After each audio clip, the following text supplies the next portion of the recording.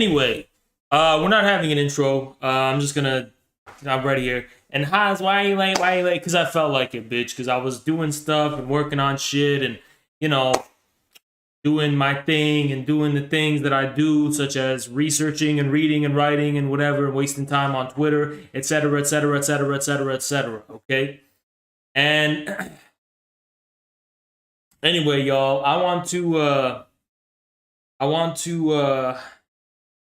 talk about a little something today.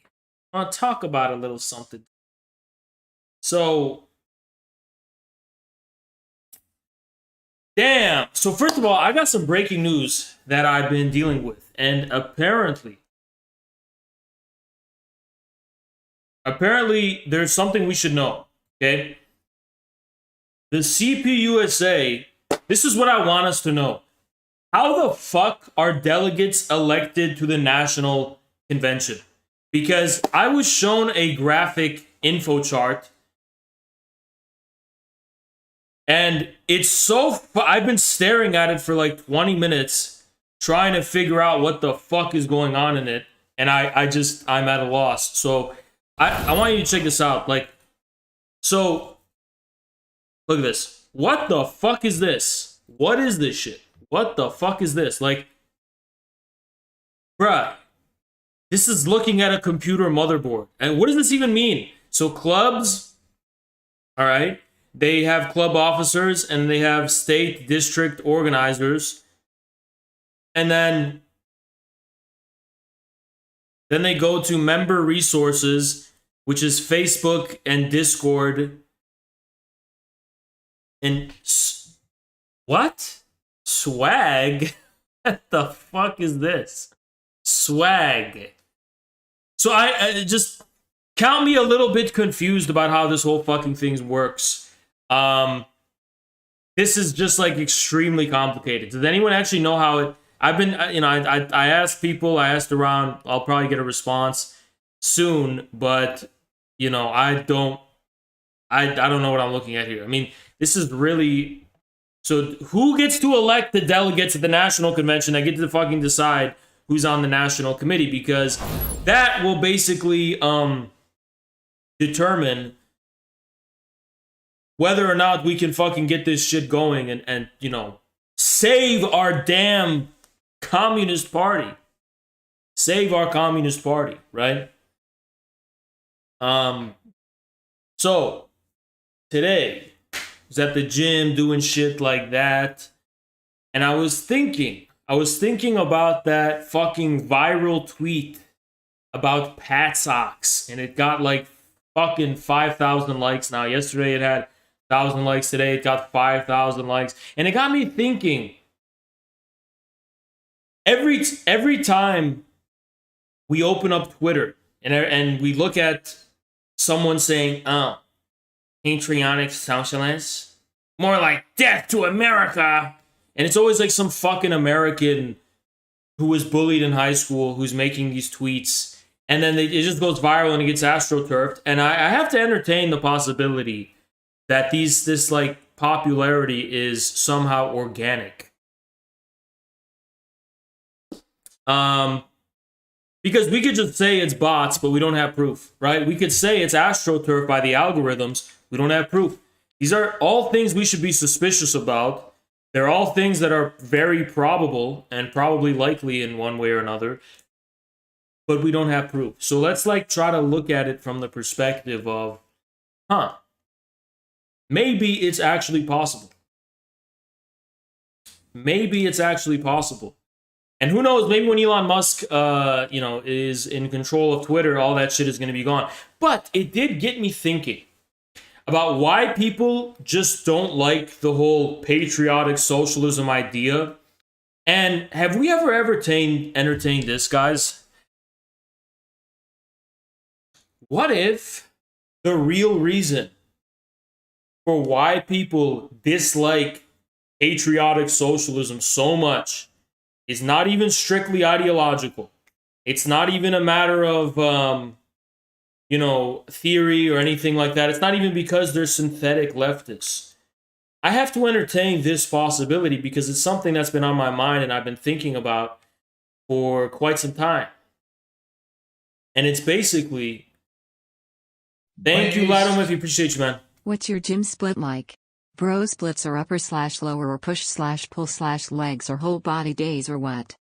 I skipped the gym for like a week. I just got back into it. And yesterday I did biceps, chest, and lats. And then today I did traps, triceps, and shoulders. But they're not isolate. So a lot of muscle groups get worked out. Nothing's really isolated except my Spartan curls. Even those aren't isolated. Those fucking work out my shoulders and my fucking back and shit. But anyway, what I was trying to say is, got stun locked a little bit. What if the real reason people don't like the Patsoc thing, the thing about patriotic socialism, what if it's just because they find it cringe? Have you guys ever considered that possibility? What if it's because they think it's cringe? What if it's not necessarily because they have a specific ideology about it or they have a specific view or whatever? Have we ever entertained the possibility that aesthetically they don't like it and they find it cringy for aesthetical reasons? Because thinking about it, I can easily see how people could get turned off by the patriotic socialism thing just from an... Thank you, Tuni. Appreciate you. Off-topic question. You a fan of Bulb and Bankrupt? No, I'm not. Just from an aesthetical perspective. Just like it's just like the style is incoherent. And I'll explain to you why there could be some potentially problematic aspects of the Patsoc thing, right? Is that if you guys want to know what really distinguishes me, what distinguishes Haas, what separates me from other leftists and other MLs and Marxist-Leninists, it's that I don't confuse ideology for material reality. What that basically means is like, I will say a bunch of shit just to mock the inability for discourse to replace material reality. I don't have a sacred discursive cow. I am not trying to realize some kind of like sublime perfection through discourse or ideology. I don't think that's possible. I believe in the unity of opposites, which is between, what we have in our heads, the ideals we have in our head, and the concrete material reality that corresponds to it. And those things are never the same, right? They always contradict each other. The ideal we have in our head and actual reality can never be united in one instant. You have to make peace with the fact that these are different things you're referring to. And if you just head on over and look at my Twitter, you still see that I have one tweet pinned, okay? And what is the tweet? It's this image from Fan Wenan. Now, a lot of people don't really understand the aesthetic of this or where I'm coming from with it. And so there's one interpretation of the Patsoc vibe that people get, which is basically that, Patsocs are people who are trying to compromise the communist ideology. We have some kind of like communist ideology, which represents this all-encompassing revolutionary negation. And then we're throwing on stars and stripes to that. And for those people, it really kind of looks like we're just trying to like compromise. And we're just trying to be like, okay, we are not tough enough to go through the truly revolutionary implications of communism. So we're just kind of like gonna pussy out a little bit and like pander to right-wingers or pander to the other side and be moderates. It almost kind of, I talked about this before, but I could see how some people look at the Patsoc label, which I reject, by the way, and think something like, oh, that's kind of like democratic socialism, where it's like you're a socialist, but you have to apologize for it and call yourself democratic.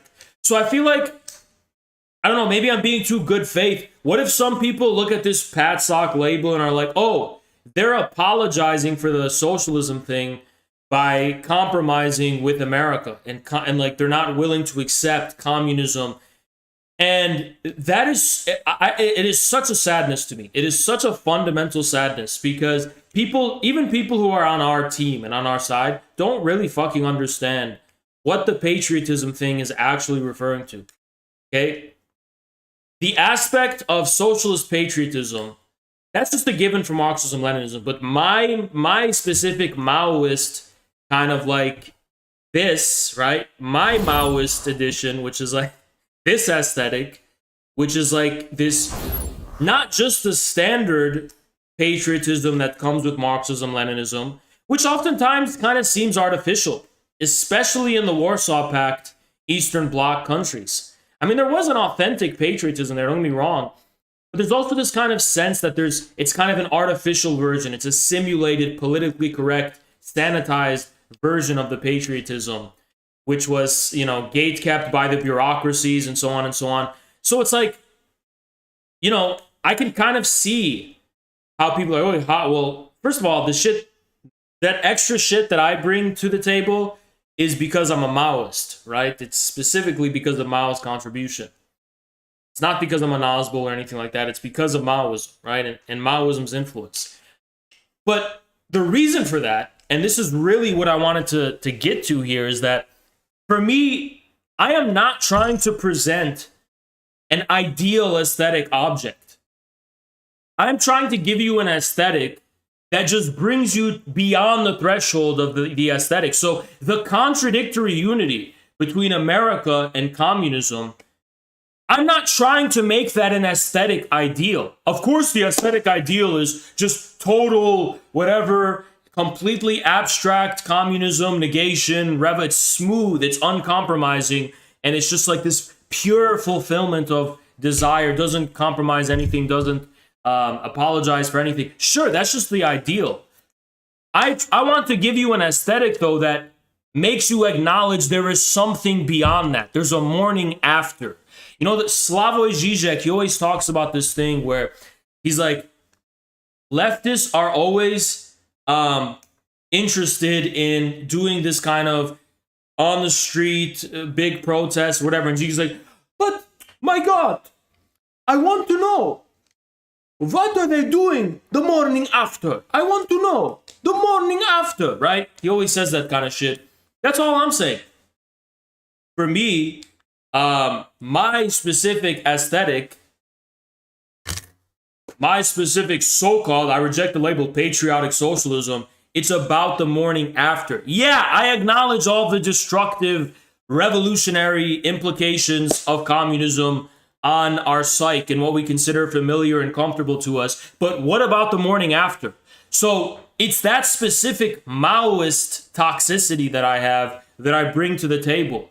And a lot of people don't fucking understand that, because I think for a lot of people, when they see like this unity of the hammer and sickle and stars and stripes, they're kind of like, they kind of look at it and they're like, oh, you're just kind of trying to bitch out of this kind of like traumatic debasement of the ideal of America that we inevitably go through psychologically as a prerequisite for becoming interested in communism.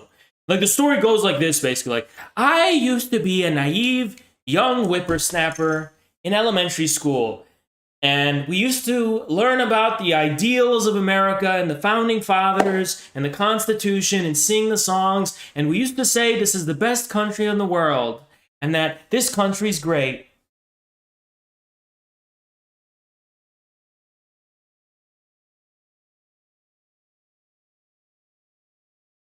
Until I found out about the truth. We were lied to. This ideal image of America we were all presented to was a lie. It was all a lie. The founding fathers owned slaves. Genocide of indigenous people. Everything this country stands for is a lie. It's all a lie. We were lied to. We were lied to. And now we were lied to, but we can build something new together. So let's hold our hands and march forward together as comrades, because we were lied to. But another world is possible, because we're going to hold hands and enter into our new future. And at least we have each other. At least we have our beautiful solidarity with our comrades. The world is so imperfect. Every ideal we have is imperfect. But we will We will go to the indigenous tribes and learn from them. Oh, commune with the matriarchal mother spirit. We were lied to the patriarchal lies of the founding fathers. All the witches of the Salem witch trials are coming back to life. They lied about the witches of the Salem witch trial. It was all a lie. Everything was a lie. That's what we're dealing with. Okay? That's what we're dealing with. That's what we're dealing with. Okay? It's stolen land. Okay. So they get to that realization. It was all a lie. The ideal thing was a lie. You know, it's such a big trope in Hollywood. Like, you ever see those Hollywood movies where they're just like, oh, look at this ideal, idyllic 50s community of, like, you know, people who, oh, everything seems so perfect, right? But it's all a lie. And there's something, like, it's a horror movie and there's like aliens or there's some kind of like fucking dark secret or, you know, it's such a fucking trope of basically adopting this position of subjective superiority because you somehow recognize the fact that this like supreme ideal actually has contradictions and isn't actually realized in a perfect way. I can't believe that. And by the way, I want to tell you guys the origins of this specific aesthetic. And by the way, aesthetics are very important. Don't let anyone tell you they're not. And I'll explain, because our sense of reality is what aesthetics means. Aesthetic literally means our sense of reality, right? So the origin actually has to do with the overthrow of communism, specifically in the Soviet Union and the Warsaw Pact. You know, there's a reason China's still around. China had a cultural revolution where it was dealing with this issue. In the Cultural Revolution, they were dealing with this issue of this like contradiction between the ideological ideal and the actual reality. And they went through that whole thing, and somehow they came out on the other side wiser. And their Marxism-Leninism became stronger and more potent because it was no longer stuck with this turmoil of like dealing with the contradiction between ideals and reality, right? But in the Soviet Union and the Eastern Bloc, this did become a problem for them. I mean, one of the first things they started to do is delegitimize the founding ideology. But the reason it worked so well was because they confronted the ruling ideology. And this is something traditional Soviet Marxism-Leninism, which ruled over the entirety of the Warsaw Pact, was never, ever able to gripe with or deal with. Which is this kind of contradiction between the ideological truth of Marxism-Leninism and the like meaningless contingencies that represent the basic facts of history.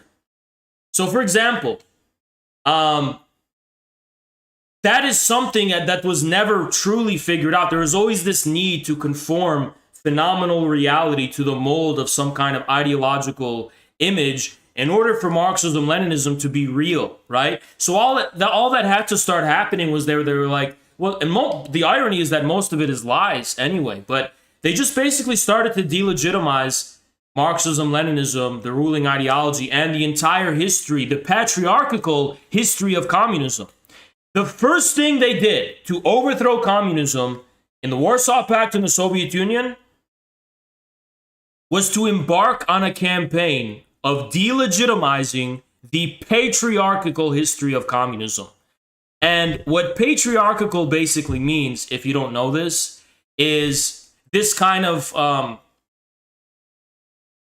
this history that somehow needs to be preserved and defended actively through names of the father, through kind of this recollection of the fact that you can't take it for granted. There's this point at which you have to defend the sanctity, the sacralness of history.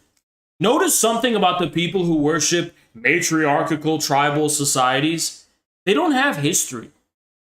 History is something that only becomes instantiated through the word of the Father, through the name of the Father. The entirety of his story is just the history of recalling points at which there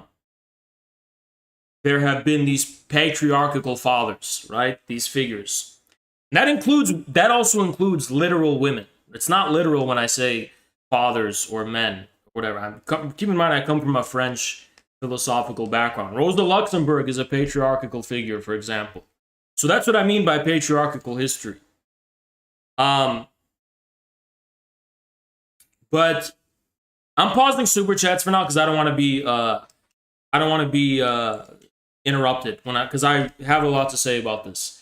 So the first thing they started to do to delegitimize the ruling ideology is attack the patriarchal history of communism. Oh, Lenin was actually an extremely imperfect person.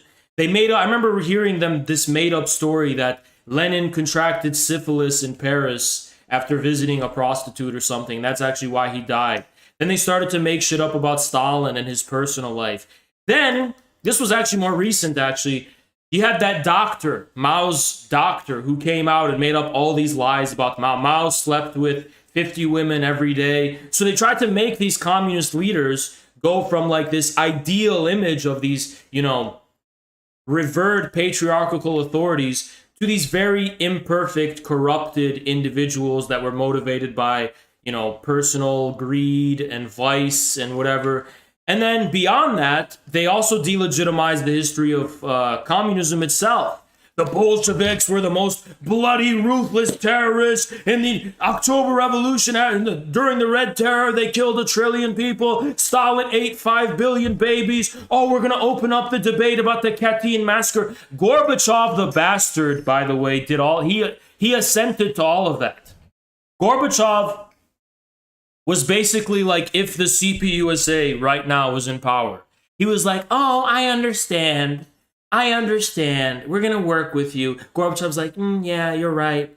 And they basically, every myth, quote unquote myth, that was the founding myth of the Soviet state and of communism in general, started to be completely delegitimized. And that was a big part in the complete collapse of communism. It had a lot to do with this way in which, the ideology just suddenly out of nowhere started to be confronted with a basic contradiction between a supposed perfect ideal and the actual material reality. Now, what's the problem with that? It's the same problem with the way in which the founding myth of America is now being targeted. Oh, America was a lie! It was the founding.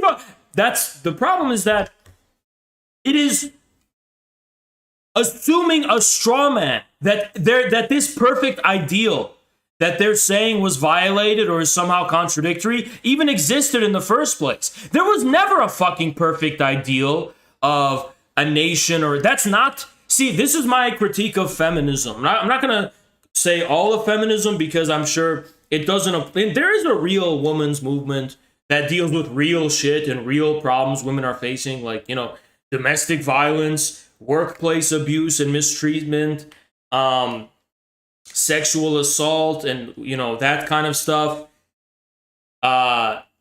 There's a real women's movement that does deal with real issues, right? Defending, also being against the sex industry, shit like that, right? But there's also this kind of, I'll call it an ideological feminism, and this is my critique of it, which it basically relies on this subjective superiority over the fact, oh, the patriarch actually is imperfect. You are not undermining patriarchy by pointing out the imperfection of the patriarch. You're not. Because that is not how patriarchy works.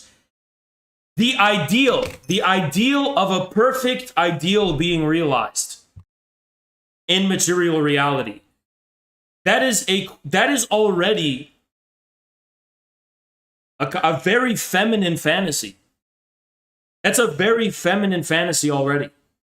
It's not, there's nothing patriarchal about that whatsoever. So by pointing out how it was all a lie, you're not actually addressing the thing you're trying to address. So I'm going to try to like condense this in a way that would make sense to normal people. The history of any given patriarchy, and by patriarchy, I'm just talking about like a state or a nation or an ideological project or an ideological movement or the communist movement or the Soviet Union, whatever. That's what I mean by patriarchal. Is an index of the various ways in which across history particular contradictions were reconciled in a determinate way. So at the outset, for example, the figure of George Washington. George Washington is not fucking James. He's not James Charles, okay? He's not fucking Beyonce. He's not like some like K-pop star or whatever where it's like, oh my God, George Washington owned slaves? Canceled! No, that's not what he represents. That is not the source of the patriarchal authority of George Washington, which is having like this pristine ideal image of representing perfection in reality. Perfection, traditionally, is an ideal reserved for the divine, for God. That's perfection, right? So in the history of these patriarchies, nobody is pretending to be a perfect ideal of anything, and nobody is pretending to be without contradictions. Because it is the specific way in which contradictions are reconciled that defines a given patriarchal authority across history. So I'll give you examples of this. George Washington. He was someone who grew up in a British colony. He was molded by that British colony. He was a relic of British colonialism, just like the rest of the founding fathers, right? But this is the thing that matters, right? Something changed. Something changed where a new event took place in which the British Empire politically was overthrown in America, and the colonies declared independence from the sovereign monarch to create and form the United States of America. Okay. And now this specific break, that specific break, represented something that was more than the conditions that were then existing at the time, that they inherited from the British Empire. So what that basically means is that break, that rupture from the British Empire, represented something more than the existing conditions that gave rise to that rupture. And therefore, it had foreboding implications for the future. The 1619 Project, by the way, that's all fraudulent. That's all complete fucking bullshit. But what I'm trying to say there is that you're not pointing out but the founding fathers owned slaves, and the founding fathers were imperfect, and they did this and they did that. That's not the point. That's not why they're founding fathers. That's not why we remember them as the founding fathers of the American state. We remember them as the founding fathers of the American state because the essence of this state somehow first assumed some degree of authority beginning with them. Now, was that essence fully realized? No. Can that essence be fully realized? Probably not. But the essence is not reducible to this worldly imperfection. Pointing out the contradiction between ideals and reality is the aesthetic of today. And what it has given rise to, and this is the most disgusting thing of all, what it has actually given rise to is an aesthetic of a transcendence of beauty as the ultimate object. So most people recognize that a perfect being is not possible in the world. Although with K-pop, they're trying to get really close. And it's pretty scary. If you look at the K-pop industry, like they are literally trying to mold like perfect, beautiful beings. And it's very scary, right? But, you know, the just the fact that we know that proves it was a failed project. So besides that, we know that realizing perfection is not possible in the world. It is not possible to realize perfection in the world. Perfection is none other than the unity of opposites, by the way. It is the perfect disclosure of the unity of opposites. It's the unity of an ideal and a reality, right? Of some kind. It's the unity of the idea and the material. So we have turned the beautiful into this like transcendent object that will never be realized in the world, but will always strive to realize it. And that's kind of why I don't like certain interpretations of socialist patriotism in the USA, which basically amounts to like, yeah, the founding fathers were perfect, but we're going to keep striving to make this country better and better. I think that falls into the same problem that the opponents of socialist patriotism are coming from, which is basically that how does this essence actually realize itself in the world now? How is it a real thing here and now, right? And that's a much tougher question to confront and deal with. How is the object of our aesthetic real and positive now, instead of some ideal we can find into the distant future? And my answer to this, which I think is a better response to the so-called anti-patriots, is to completely abandon the transcendence of beauty and perfection. There is real beauty, but it's only here in the world now. There's no transcendent ideal of perfection. It's not transcendent. It doesn't even exist in the first place. The beautiful, the good, and the true are actual now, and we can only realize it through the work of now. It is already fucking here. You have made an unjustifiable assumption that we were ever pretending America was some perfect ideal. It's not a perfect ideal. That's the fucking point. We want to be reconciled with the fact that there is a material reality outside of our ideal of reality. We are reconciled with the fact that even when reality ends in our head, there's still a remainder that's there that we have to gripe with and deal with and confront through work. So this is what people don't fucking understand about the point is not to make patriotism the ideal. That's not the fucking point. Okay? The point is to acknowledge it as the material ground of our ideals. And I'll give you an example of this by the example of history. So when the Soviets were increasingly dealing with the threat coming from a newly empowered and aggressive fascist Germany, they started to go back into their own history. I mean, they did this before, but they started to suddenly make films about Alexander Nevsky and Ivan the Terrible and all these people from the pre-communist past.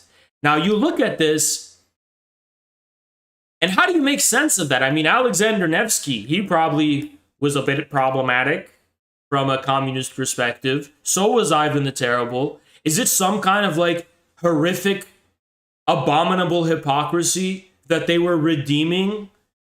Or somehow, holy fuck, Jackson, thank you so much, man, for the raid. Holy fuck, thank you, man. Appreciate you, man.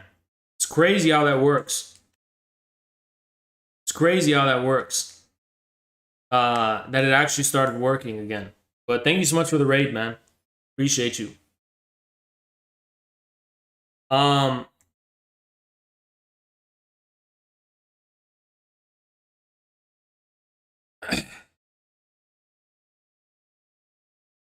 yeah, like I was saying,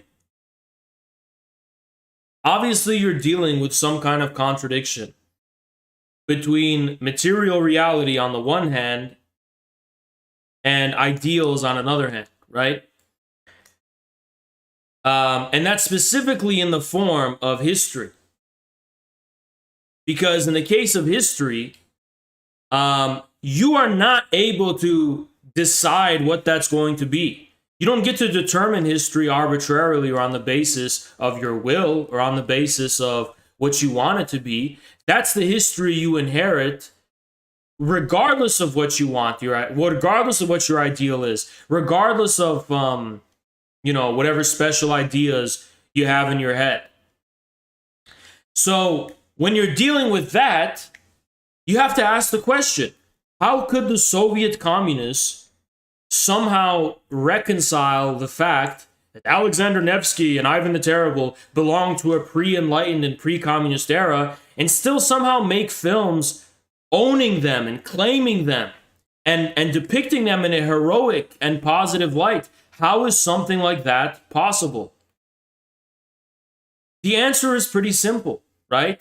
The whole point is that it's an acknowledgement of the fact that even beyond your own ideology and your own ideals of reality, there is a material history, there's a material reality that is still reflecting back upon you the very same essence that you assume has achieved ultimate perfection through your ideal. So bear that in mind, guys. Keep that in mind. This is like the most important thing I'm giving you. You know, the whole point is that it's like this, right? I have discovered some ideology, which I assume has given me insight into everything that is true and noble and good and beautiful and ideal and whatever, right?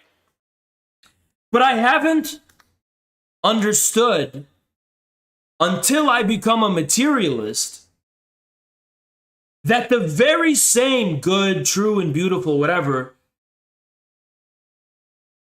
it actually exists and is real even beyond my ideology. It doesn't only dwell in some ideal perfection. I have discovered something materially real. So if you're a Soviet communist and you're discovering the ideals of Marxism, Leninism, or communism, or socialism, or what have you, you've discovered some kind of ideal, right? But in the process of arriving at that ideal, you rise from the abstract, the ideal, to the concrete, to the material. So I come across some ideology that has all the answers and it's completely true and just and whatever. All that does is allow me to discern in actual material reality that very same essence outside the ideology. So that's why the Soviet communists can go across all of history and make heroes of Alexander Nevsky and Ivan the Terrible and appreciate history in this way. Because the essence of their communist ideology is something that they can see reflected across all of history, despite not being stated explicitly. So that's what we're talking about here. And that's the same stance I have toward the United States and toward America. You're not pointing anything out that's provocative or intelligent or meaningful by saying the founding fathers were imperfect slave owners and they weren't totally, completely perfect people, and the founding fathers actually... You have a lazy view of ideology because you're trying to discover some kind of ideal of perfection. And you're saying, oh, George Washington wasn't the ideal of perfection. Oh, Abraham Lincoln wasn't the ideal of perfection. Oh, Thomas Jefferson wasn't the ideal of perfection. The very problem is that you're looking for an ideal of perfection that is separate from material reality. True perfection, the true ideal and the true perfection is here and now through the work and labor of fighting for the cause now. And when you fight now and give this perfection and this ideal a living and not dead essence, when this perfect ideal becomes a living thing that is actually reflected now in some kind of way, you don't look for some perfect ideal anymore. You are literally participating in the dialectic of the ideal and the material in real time. And that's why you can go back and view George Washington in a somewhat positive light. Because you're not turning him into a fetish of perfection where you're saying, oh, let me give you an example. All of these retarded leftists, every time I say something good about Elon Musk or about anyone, they always will type and they'll be like, I can't, and they'll be gossiping in their little bitch-made, fucking communities. And they'll be like, I can't believe Hod just said something good about Elon Musk. But what does Hod not know that Elon Musk is an anti-communist? Does Hod not know that LaRouche is an anti-communist? Does Hod... And because you're projecting, I don't do the thing that you do where I turn these people into fetishes that are somehow repositories of everything I consider ideal, true, beautiful, good, and just. Okay? I don't have that aesthetic in the first place. To me, the absolute, which is, you're basically talking about God at that point, isn't something that that is just stored away in some perfect form. And then, you're pointing out, but Hans, didn't you know that this object is actually imperfect? This person is actually imperfect, and there's a contradiction between, there's contradictions between what they stand for and some of the things that you stand for? Yeah, but have you ever thought about what is actually essential about the way I'm talking about them? Have you ever questioned the fact that we're not dealing with the perfect harmony and unity of forms? We're dealing with the fucking essence? Have you never actually inquired as to that question? Are you such a smart fucking person, but you've never entertained the possibility that I don't have a teddy bear like you do? And what do I mean by the teddy bear? The teddy bear is basically a fetish people have and they hold on to, whether it's a word or it's a phrase. For example, when I say shit on Twitter like, fuck union organizing, I just beat the shit out of their teddy bear. Because the phrase union organizing, the pure form of that phrase is an ideal teddy bear that's like this repository of ideal perfection. So when I say bad things about it, I'm beating the shit out of their teddy bear, right? And when they hear conservatives talk, or regular working class Americans say bad things about communism, their teddy bear is getting beaten up, right? Because the word communism is a teddy bear. It's something they hold close to them, and it allows them to feel like they're comfy, and it's some kind of ideal. Yeah, the problem, right? The problem with having a teddy bear is that communism is for adults and not fucking children. We don't have teddy bears. We don't have these fucking perfect ideals. Or even the pretense to even the kind of approximation of a perfect ideal. We don't view reality that way. For us, the truth, the absolute, the good, the beautiful, whatever, all of that is living and actual here and now. Here and now. We don't bluff to some fucking ideal. And to take this from take this back to Earth from planet Mars, because I know I'm saying shit that a lot of people just don't understand. Socialist patriotism is not our ideal. So I can get how some people look at it this way, right? Where they're like, oh, these are communists waving American flags. They're trying to contaminate and pollute the perfect ideal with the ideal of America because they're trying to create this compromise, and they're not yet acquainted with the fact that that America is a fallen ideal and it's a false ideal. But just the thing is that America isn't an ideal for us. It's not an ideal. It's not an ideology. It's not an idea, and it's not a fucking ideal. It's a cold, hard, concrete, material reality. Whether you have a fond relationship to that or not is immaterial. Whether the idea of America makes you think happy thoughts or sad thoughts or mad thoughts, it doesn't fucking matter. Because it's not actually an ideal. It's a real existing, it's like a real symptom that we have. America is our reality. That's what you don't seem to fucking understand. Whether you like it or not does not fucking matter. We are Americans. It's our reality. You are not an international global citizen. You're a fucking American. So take responsibility for what you fucking are. Take responsibility for what you actually are, because you're not some global citizen. You're not some, I'm a real communist. I hate America. It doesn't fucking matter. You're still an American. And that's basically what I'm talking about when I'm talking about patriarchy.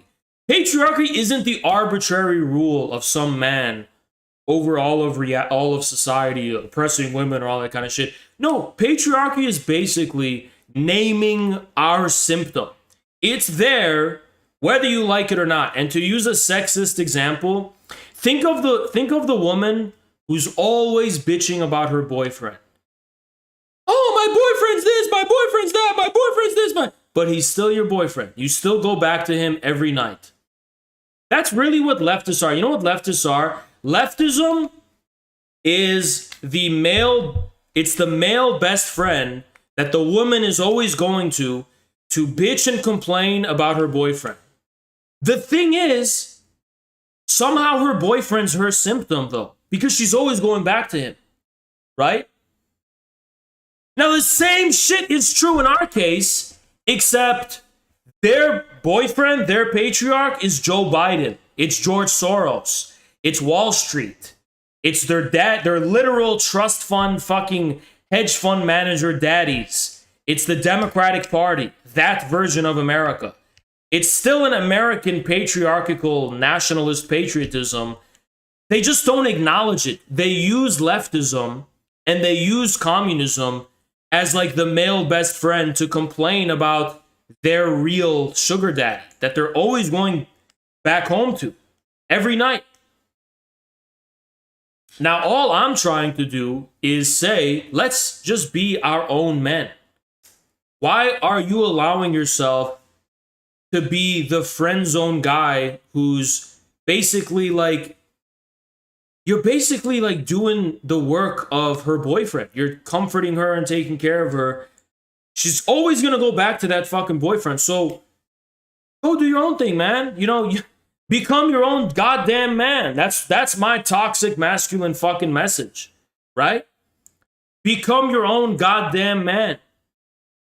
Man or woman, I don't care if you're a man or you're a woman listening to this. Become your own man. If you know what I mean by that. Don't stop. That's what the socialist patriotism means to us. That's what it fucking means to us. We are going to take responsibility for America in our own way, because either way, we are Americans. Whether you want to acknowledge it or not, America is what we always go back to. So if we're always going to go back to something, we may as well go back to our own thing, our own principles, our own fucking confidence, right? Our own thing. We're not going to go back to your version of America, which is the Democratic Party and the George Soros and whatever, because either way, we have the symptom of America. We can't get rid of this. You can keep attacking it all you want. that is our symptom. It's America, our symptom. Literally all patriotism means is naming that and acknowledging that. That's all. It's there either way. The patriarchal part comes in just naming it. So the biggest delusion these, let's just call them liberal feminists have, the biggest delusion they have is that, oh, if we got rid of patriarchy, we would be a horizontal matriarchal society in which there are no hierarchies and there's a mother at the center of the community that has the authority. Oh, kumbaya, kumbaya. And yeah, that's not true. There is still going to be a patriarch. You just won't have the power to use its power. The patriarch is still there. You just can't challenge or somehow use its authority in any productive way. It's still fucking there, though. It's just that you have been disempowered with the ability to name it. So matriarchy is just a disguised patriarchy. That's all it fucking is. Matriarchy, I mean, look, we're increasingly in a matriarchal, in the urban, let's say urban corporate America, right? It's increasingly matriarchal, which means, blue-haired, short-haired women are going around yelling at people and whatever, right? But, Joe Biden is still the guy in power. It's still these, old Wall Street men who actually have all the money, are funding all this shit. It's still George Soros who's got the bag. They still got their sugar daddies they all go home to. You haven't fucking replaced any patriarchy. You've just disguised it and made it impossible for us to name it in any kind of way to prevent us from being able to fucking challenge and overthrow it. That's all you've fucking done. You haven't actually replaced any of it. You're just disguising it. If you're not going to have a communist patriarchy, you're still going to have your old liberal capitalist patriarchy. And this is where you can see these liberal feminists and just draw a line and be like, you're a fucking traitor. You are a fucking traitor, right? It's when they're going to be like, oh, a communist patriarchy is no better than a liberal patriarchy, so we may as well side with the Democrats and the bourgeoisie against you. Oh, why should I replace the Tsar for Stalin?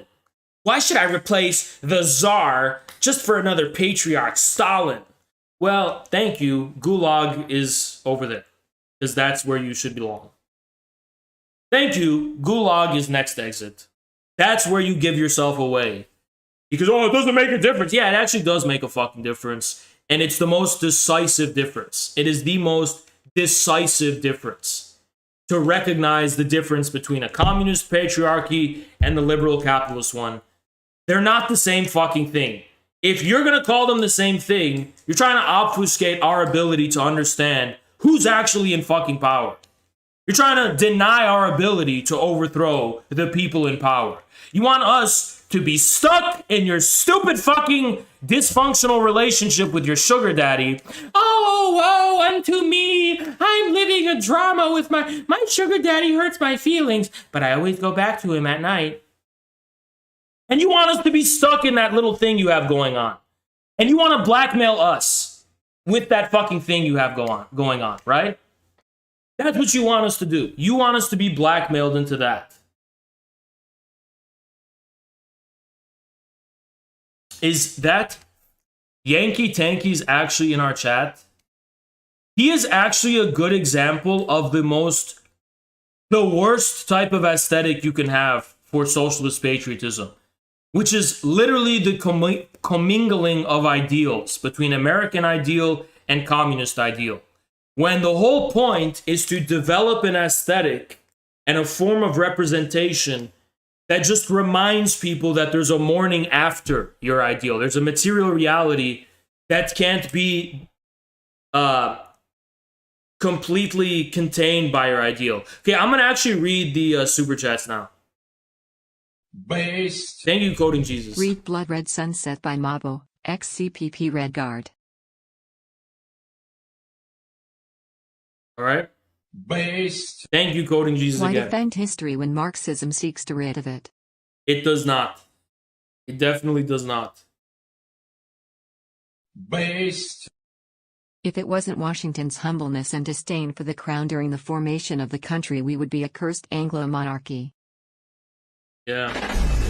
Thank you, Forky, so much for the 25. Holy shit, thank you, man.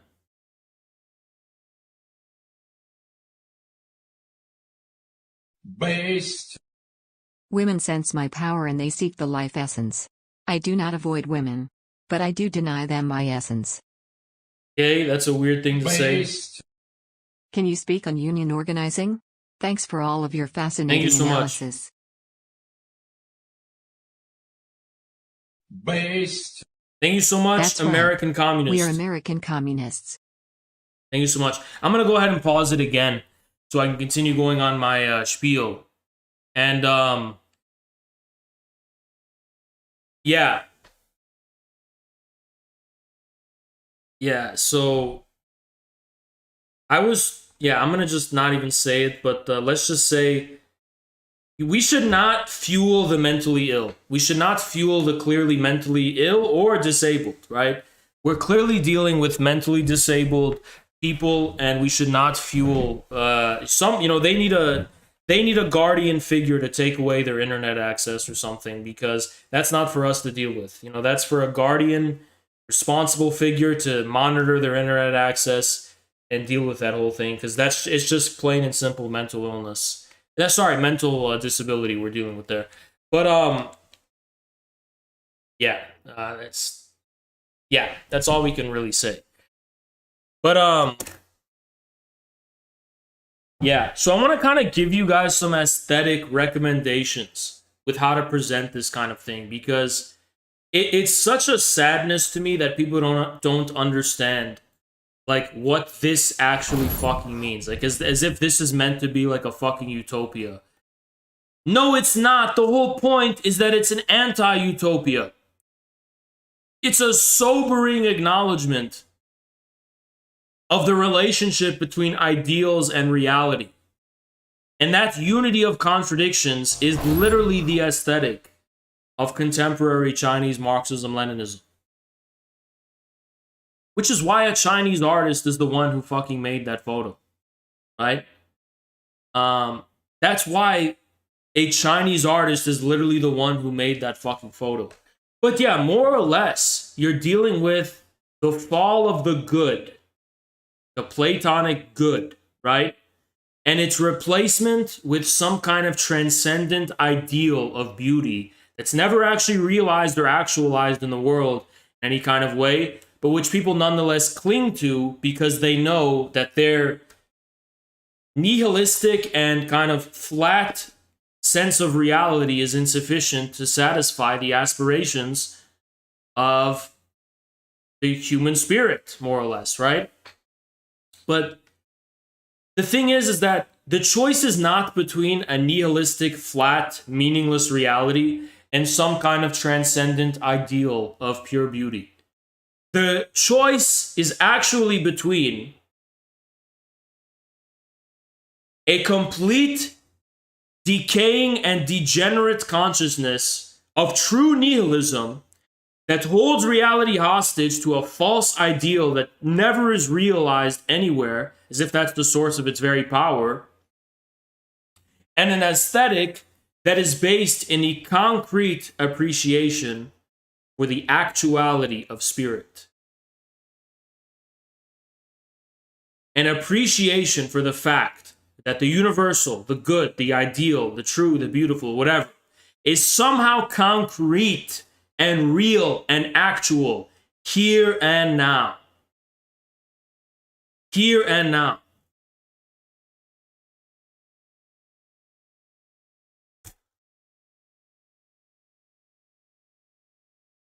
Only when you arrive at the moment of a pure contradiction between the ideal and the material do you position yourself in such a way that is the foundation of human labor as such, of work as such, of the process by which we participate in the transformation of nature.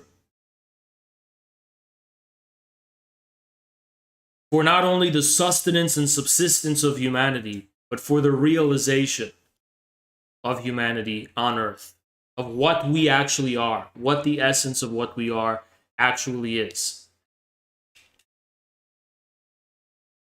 Only then does that happen.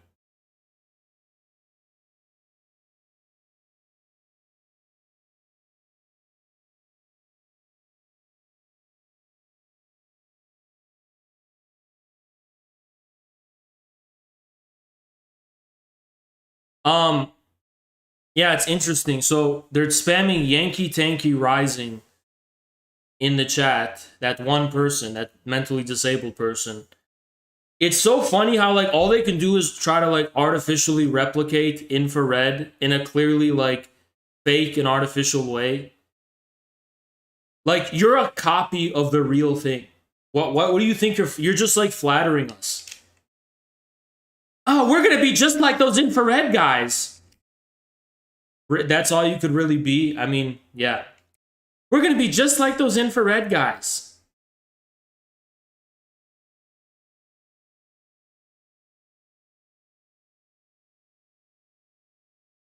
Hold on, let's check something out. Because I have an inkling suspicion of something. I'm being really patient to not go hard on this mentally disabled guy.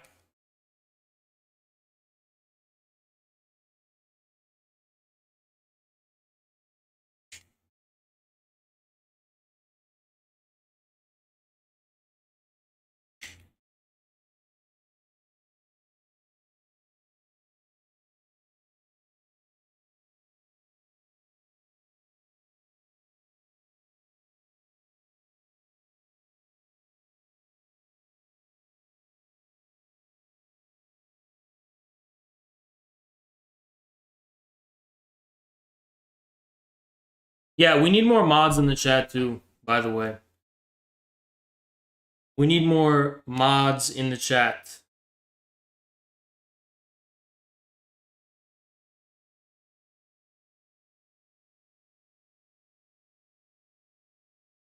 But you know what's funny is it's like, okay, if you want that to happen, go fucking do it, you fucking pussy. Go fucking do it, you little bitch.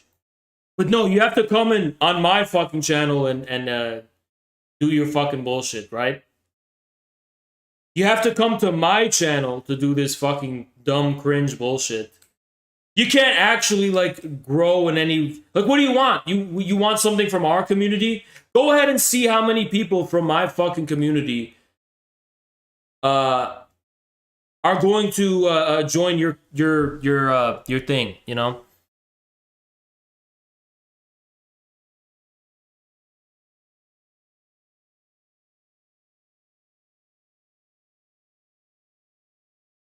So fucking stupid.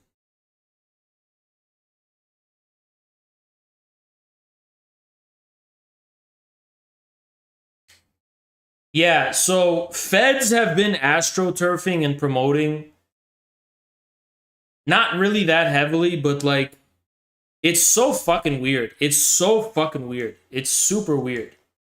But if this is the I'm actually curious, feds, if this is the guy you're gonna have be the anti-Haas, like good luck with that. Really good luck. I mean, like, just go do it. If look, if you succeed with that, I will literally have gained something because I'll have learned something new about I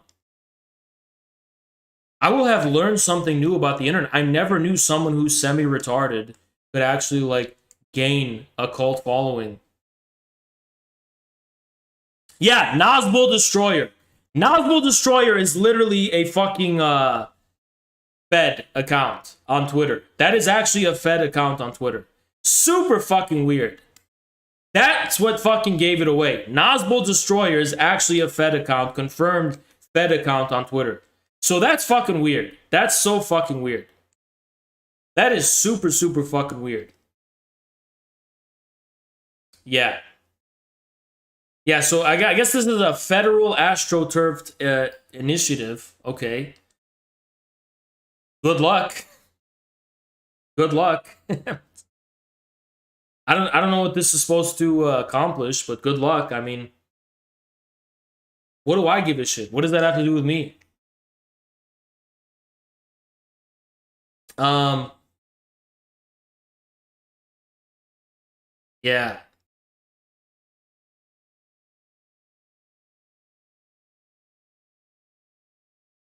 Yeah, feds are clearly low on funding.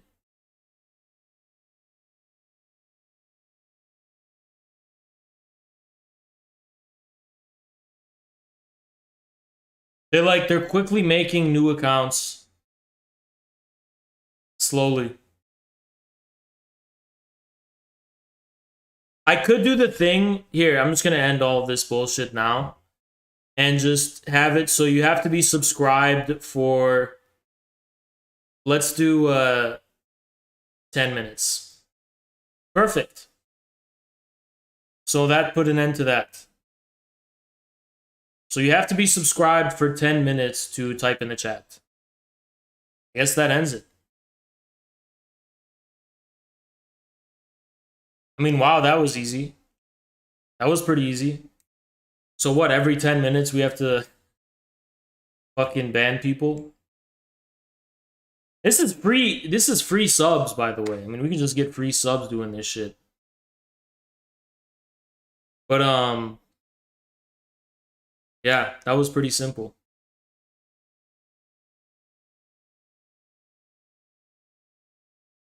Yeah, anyway, as I was trying to say, people have really misunderstood the so-called Patsoc thing in the first place, which I think is the premier source of why it might be possible people actually just genuinely find it cringe. So yeah, you know, it's such like a sad misunderstanding, you know, because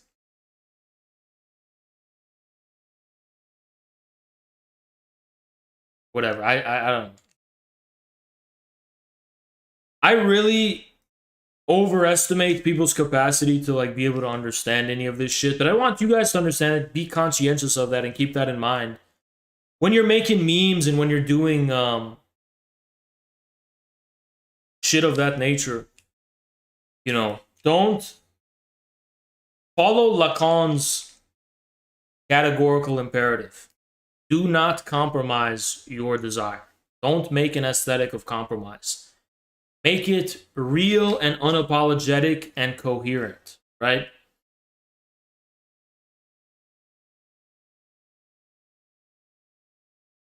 But anyway, there's a few glowy things that are going on that I want to tell you guys about. There's a few very glowy things going on I want to inform you guys about. So, first, one of the first things is about this Patsoc shit. So every time on Twitter somebody makes an anti-Patsoc tweet, it fucking goes viral. Then there was the shit that's astroturfed against me personally and then Caleb. That's another thing. Another thing that's being astroturfed on the low end, where they're trying to like spread rumors or whatever, is that there's somehow discord between me, Samira, Jackson, and Caleb, right? I saw a really funny fucking tweet. I'm actually gonna just read you the tweet. It was actually funny. Because Samira sent it to me, and it was funny. So the tweet went, let me look at the tweet. It was like, it was something about like, hold on.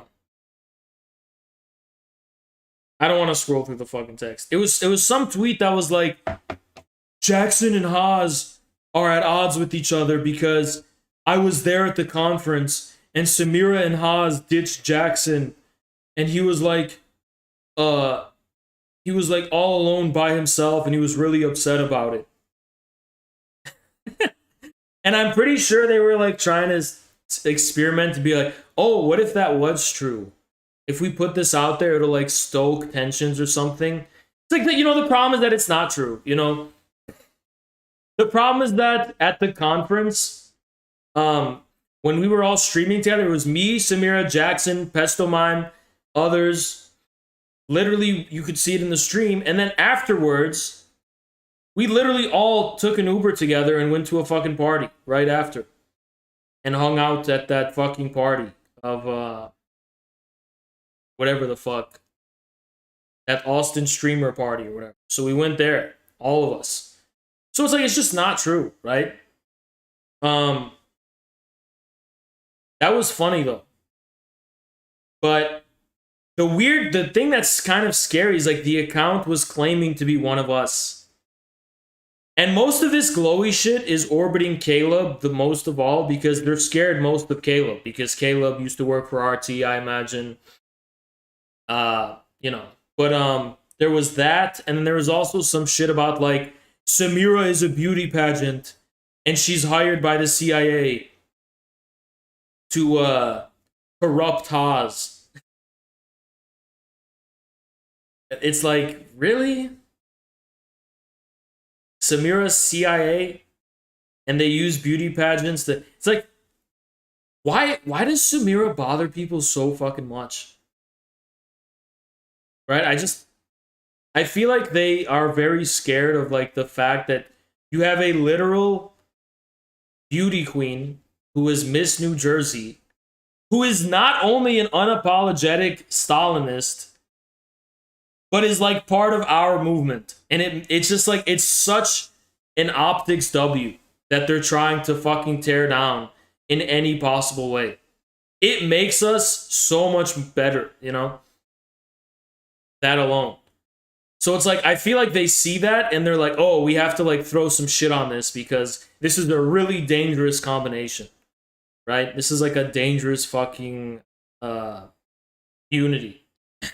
Then they try to divide us with Caleb in a few different ways, but they're mainly doing it with like the Yankee Tanky guy who's mentally disabled, I think. But he was caught on some federal charges. He had like a gun, so they pretty much are activating their agent to fucking do this shit.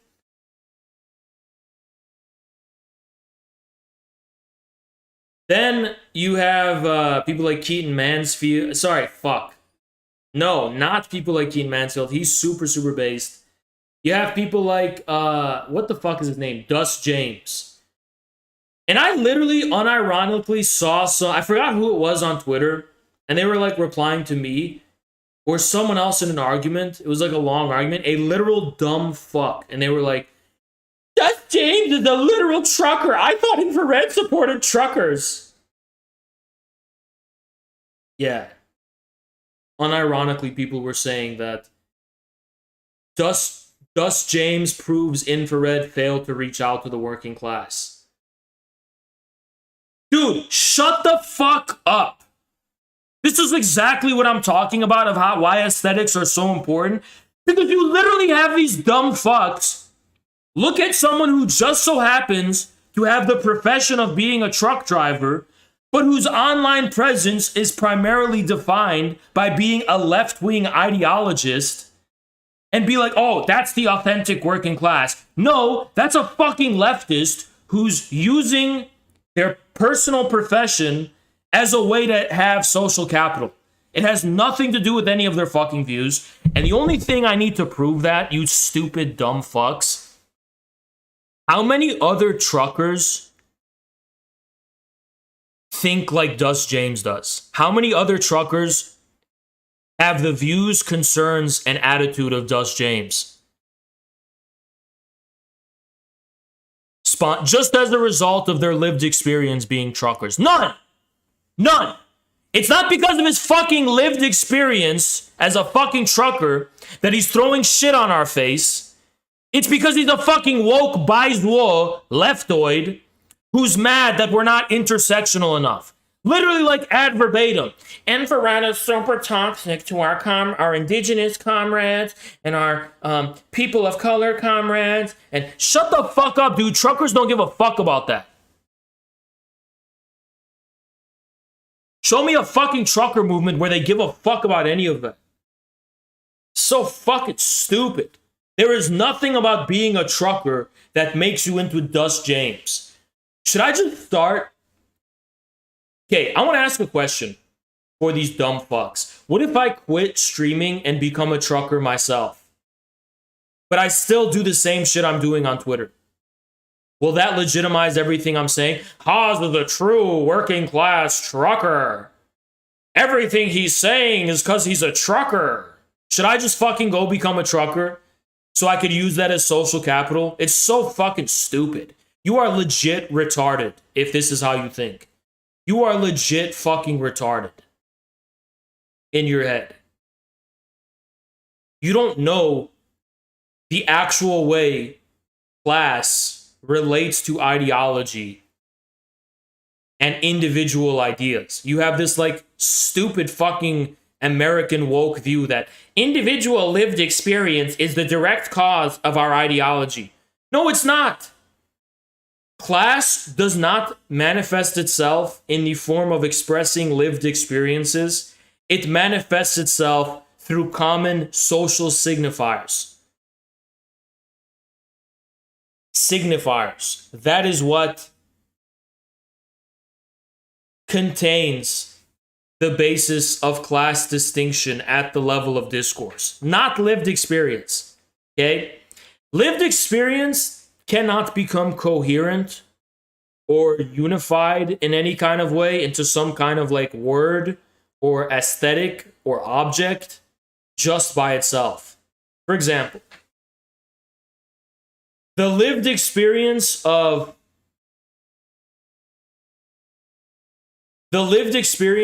fucking going to the Eyes Wide imagine if you just went to the Eyes Wide Shut party and you didn't know anything. You would be so confused. That's what lived experience is. It's just confusion. It's how we make sense of experience, aka social signifiers, that defines class, not lived experience itself. It's how you make sense of it. And when Dust James can make sense of his own experience in a way that can actually relate to truckers and workers as a class, you can then say he's speaking as a worker. But it sounds to me like he's just repeating what all the other fucking bourgeois, professional, managerial, middle class lefties say, and he's not reaching anyone else. Plus, wouldn't I also be sacrificing the workers who are people who happen to be workers that watch my fucking stream and are part of the infrared community? Wouldn't I be throwing them under the bus by compromising with Dust James? Because I'm pretty sure there's more actual hands-on workers who watch me than all of Dust James' fucking friend circle combined. You know? Just a thought.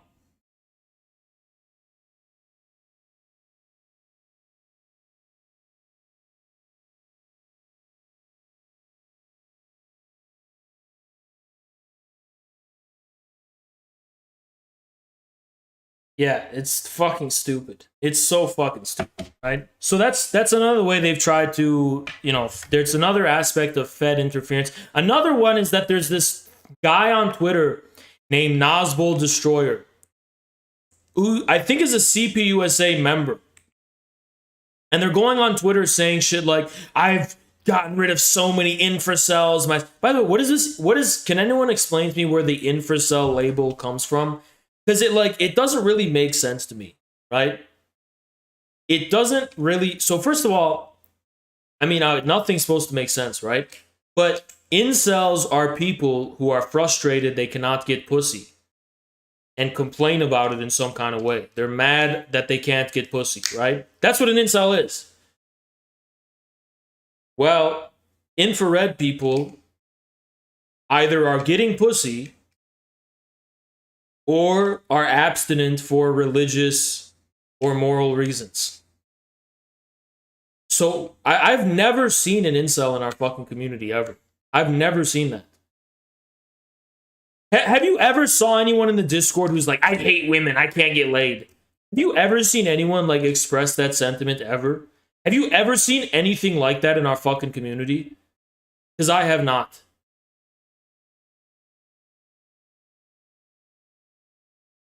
That dude is banned. All of those people who come in the Discord and say that shit get immediately ridiculed and banned. I've never seen that. They get immediately ridiculed and immediately banned. Almost immediately banned.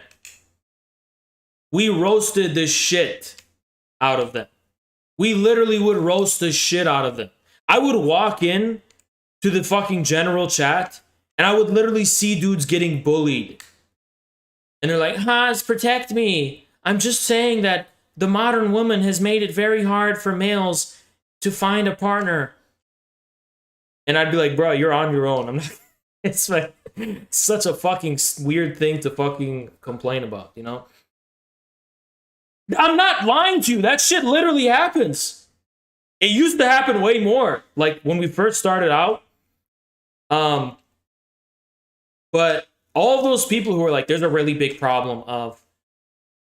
Remember that guy who was like, he wanted, who was that fucking weird?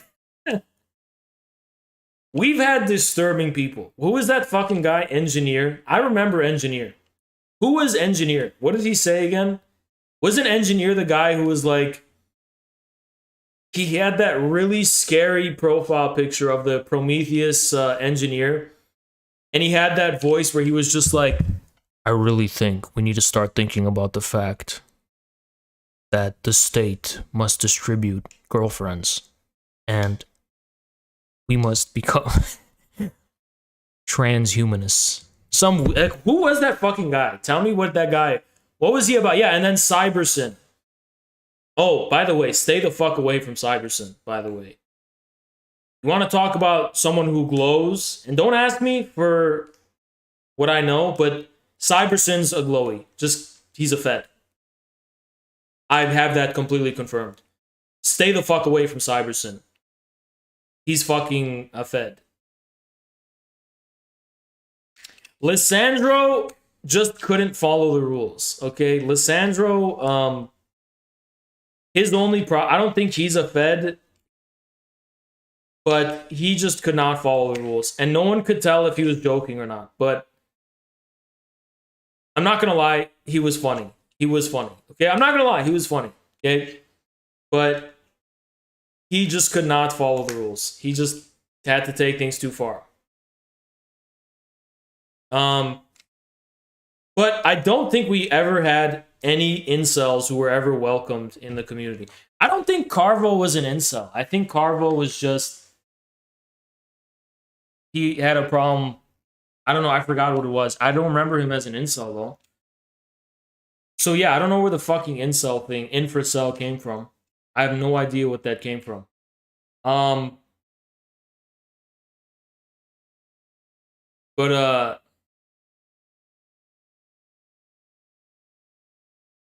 Yeah. So what I was trying to say though is that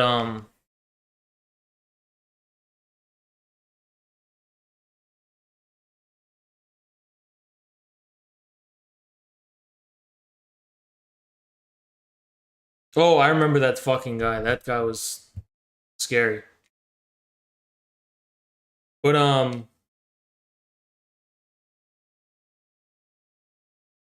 yeah, anyway, what was I gonna say? Yeah, they were like, I removed so many of the infrared people. I tear them out one by one. And they were like, you wouldn't lie to the party authority now, would you? And yeah, those are feds. So it's all tied to the CPUSA shit. For some reason, feds, you all know how everyone always says, oh, the CPUSA is like super infiltrated by the FBI, whatever. Well, like, they caught wind of what we're trying to do, and that's why they're fucking with us. I think it all comes down to the CPUSA stuff. The reason feds fuck with our community and fuck with us, it's because of the CPUSA. That is like the premier reason why. It's just because of the fucking CPUSA. And again, speaking of the devil, this is what we're dealing with when it comes to the CPUSA. It's like, what the fuck is this, right? We don't know what the fuck this is, but that's how they're organized. It's extremely incoherent. Especially this part, right? So you got the clubs. So first of all, what does this mean? You have members at large and then regions. Okay. And then what? Members read the go on. So members at large go on the website, and then they go down here, and they loop to all the way back here, and they go back to the website. Can someone explain to me why there are two lines linking the website box? Why? What is this?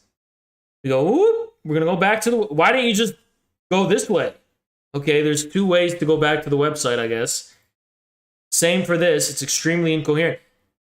It's like the funny thing though is like, how do we get people elected to be delegates? Delegates choose the national committee. The national committee chooses co-chair, and they also, choose the national commissions. And then the co-chairs board deals with the state and districts. Okay, so how do we elect these people? That's what we have to fucking figure out. That's exactly what we have to figure out, is how do we get to this part?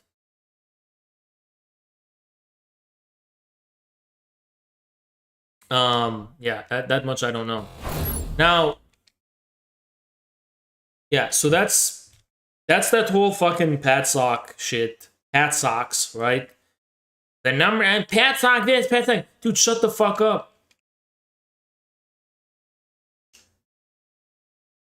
Whew. I'm trying to think about this in a way that'll like make sense to people. Every time I speak like somewhat positively about anything, people hold that to the standard of like being my ideal, my ideology, my idol. You said something about Trump? Didn't you know Trump was on Epstein's plane? I'm trying to think like how you think, right? Because I don't think like how you think. When I say that's Trump is funny and based or whatever, I'm not talking about every aspect of Trump. I'm talking about him in a very specific way, you know? I'm not attached to Trump. I'm not attached to an idol. That's what I think this is about. It's about idolatry. You have idols. I don't have idols. I'm not attached to any of this shit. The only thing I'm attached to is the cause. I am attached to the cause. Here and now is what I'm attached to. So, Haas, what are you attached to? I'm not attached to an ideal. I'm attached to a cause. You know what a cause is? It's a thing that motivates you to do things and to see reality in a certain way and to make sense of reality in a certain way. The cause of my worldview is what I'm attached to. The cause. Okay? I don't have an ideal. I don't care about ideals. I don't care about idols. I don't have idols. I'm not a pussy. I don't have a teddy bear like you do. I'm here in reality, understanding that contradiction is the only object. The unity of opposites is the only actual object. Of speech, discourse, behavior, ideas, ideals, and so on and so on. The secret of every ideal is a contradiction. Matter of fact, I don't think people know what an ideal even is. An ideal is not a dead form. That's not what an idea is. Idea is not a dead form. An idea or an ideal is a specific way in which something beyond form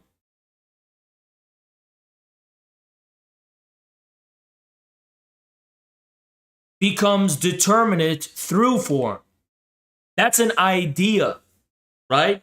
An idea is a specific form only of being, something more than just the idea. That's what an idea is. An idea reflects a contradiction internal to being. That's what makes it an idea. An idea is the form of a contradiction within being. That is what an idea is. The form of a contradiction within being. That's such a good way of summing it up. An idea is the form of a contradiction within being.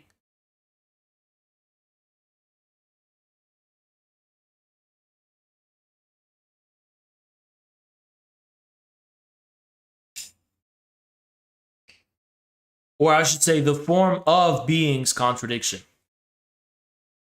The form of the contradiction of being. That's a better way to put it. An idea is the form of the contradiction of being. That is the might of an idea.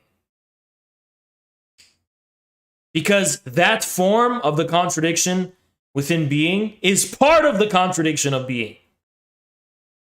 It is the moment in the contradiction of being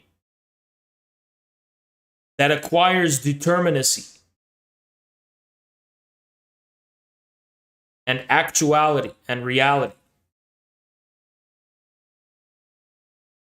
I should say determinateness.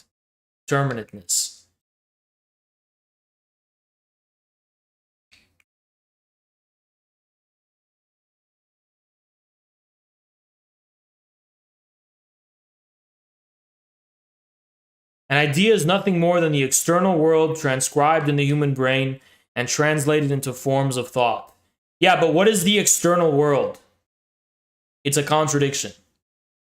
The external world is dialectic, as Engels talked about in the Dialectics of Nature. The external world is nothing more than a contradiction. So empiricists are blown the fuck out. The external world is not made up of discrete forms of things. The external world, the objects that make up the external world are nothing more than contradictions. This is a fucking contradiction.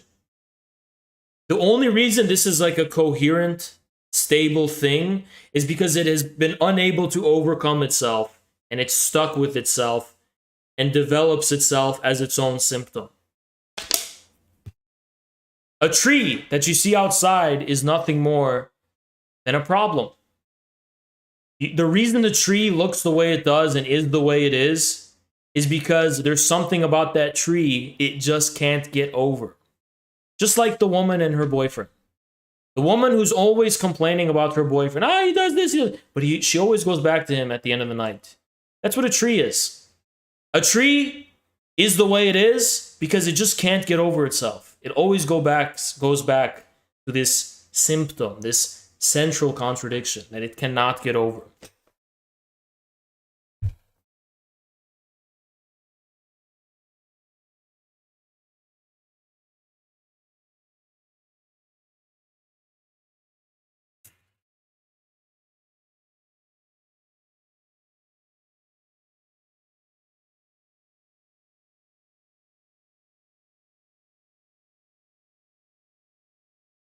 Now, I want to give you a visage of Satan. Sorry, not Satan. There is some news I want to share with you, and this is one person that gave me the thought and gave me the idea that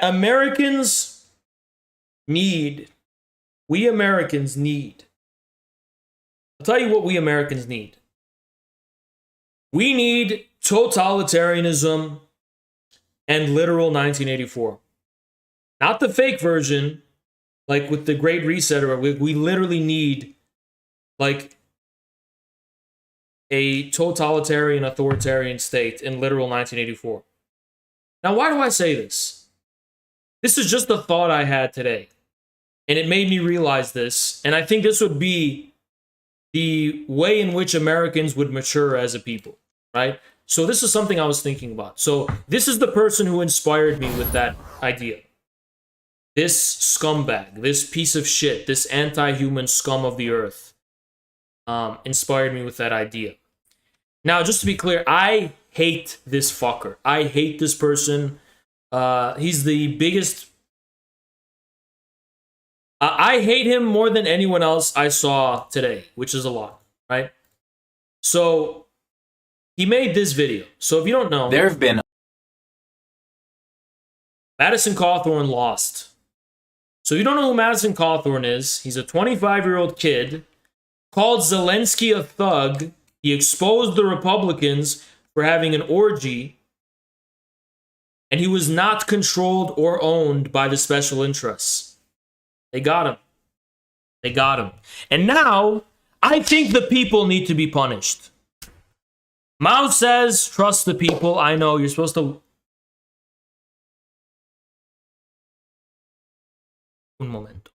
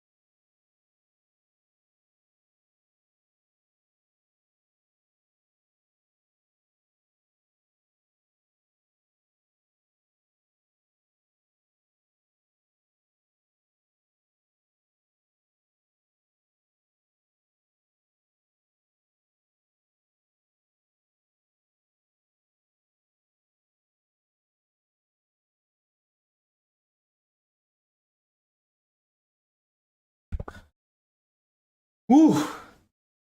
Okay.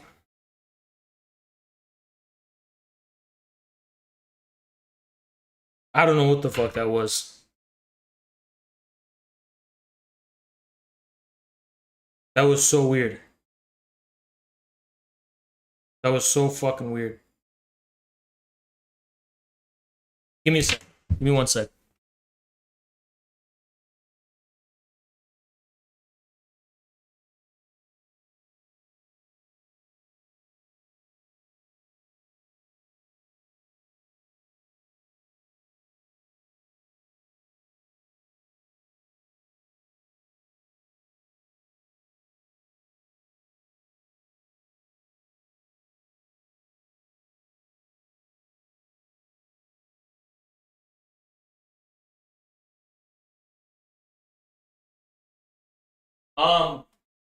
The stream may cut abruptly.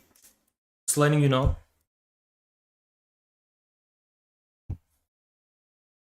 There might be a power outage.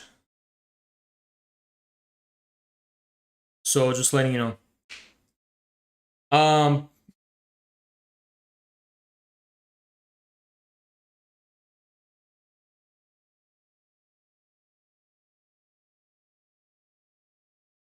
So yeah, as I was trying to say, it's super weird, super fucking weird. But anyway, guys, let's get back to what I said. So Madison Cawthorn lost, and it's such a profound sadness to me that he lost, not primarily because I was the biggest fan per se, although I was kind of a fan, right? But more so because it was so predictable, right? So Cawthorn, he called Zelensky a thug, and he exposed the corrupt Republican Party, conservatives, for having an orgy and being degenerates. Oh boy, an avalanche of smears and hit pieces were unleashed against him in a collaboration. This is the fucked up part, right? Between the Democratic Party and the Republican establishment teamed up together to fuck over Madison Cawthorn. And for whatever reason, the people in his district ate it up like slop. So this is a moment where the people must be punished in some way. And the way I'm going to punish them is by proposing that America needs a form of totalitarianism. Now, what do I mean by that and why? I want you to first look at one of these hit pieces to give you an idea of where I'm coming from. So this piece of shit, disgusting Democrat scum, is trying to delegitimize Madison Cawthorn as a liar solely because Madison Cawthorn exposed the Republicans for their orgies and all that shit to make him seem less credible. There have been 11,107 people to serve in Congress since it started, and Madison Cawthorn might be the very worst one. I will explain for the smart people. If you're an idiot, feel free to stop watching and just mash your keyboard a bunch in the comments. First, the backstory. So the people who watched this, I guess this video had a good effect on them because they're basically the people who watched this were like, I don't want to be an idiot. That's pretty much what we expect. The people who watch this, you know, that's how they basically respond. I don't want to be an idiot, so I'm going to really trust what this guy says. I'm really going to trust what he says because I'm not an idiot. Not me. Not me, I'm not an idiot. I'm a smart guy.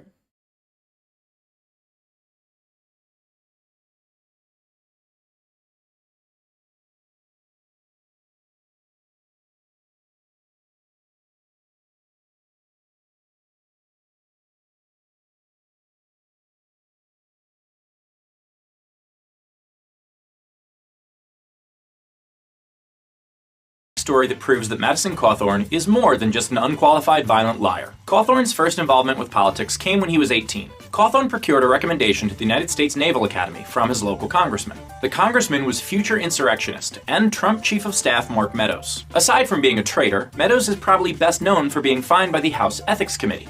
So to be clear, this is a Democrat.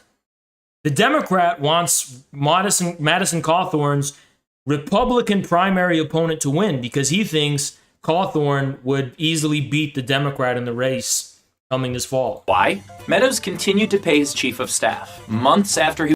So the Democrats and the Republican establishment are trying to remove Cawthorn because he went against NATO and he exposed the Republican establishment for being corrupt. He was fired for being embroiled in sexual harassment allegations. Anyway, Meadows was an investment client of Cawthorn's father's firm, which is most likely how Cawthorn got his recommendation. What's the best way to prove that a homeschooled douchebag is eligible for the prestigious United States Naval Academy? Why, having his father make money for a congressman, of course. The Naval Academy, however, disagreed. They rejected Cawthorn's application as they absolutely should have. Cawthorn would later deny that he was rejected from the Naval Academy and blame his not attending on a car accident. An accident that happened after he was already rejected, because Madison Cawthorn is a liar. Despite not being admitted to the Naval Academy, an 18-year-old Cawthorn took a spring break trip to Florida. I guess he needed a break from his rigorous schedule of being rejected by colleges. On the long drive back, Cawthorn and his then best friend both fell asleep. At 5 p.m., an hour into the drive. They must have been exhausted from all of the various legal activities they did. The car hit a concrete barrier. According to their depositions, Cawthorn had no memory of the accident. Meanwhile, his friend said he helped rescue an unconscious Cawthorn. And that was the story, until Cawthorn changed it so he could look better. But more on that later. Because Madison Cawthorn is a liar. So, all of the dumb fuck, R words who are watching this are like, he hit the line. It's like they're being programmed, basically, right? They're being programmed. And by the way, if you want to know someone's a DNC bot, and this is like, guys, this is a really good way of knowing if someone is a DNC troll or bot on Twitter. And that it's like artificial and it's not a real person who's expressing their authentic thoughts, but it's like it's someone who's like being hired to push an agenda. Whenever you see people use GIFs like this, whenever they use the GIFs, that's a really big sign when they have reaction GIFs. Reaction GIFs are the stamp of bots. I'm going to actually make a tweet stating that because I think people should know.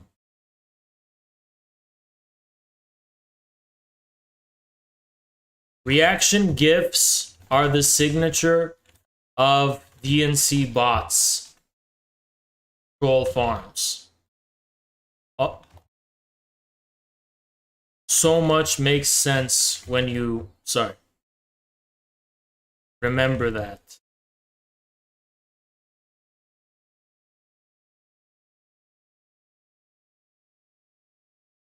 So fucking true.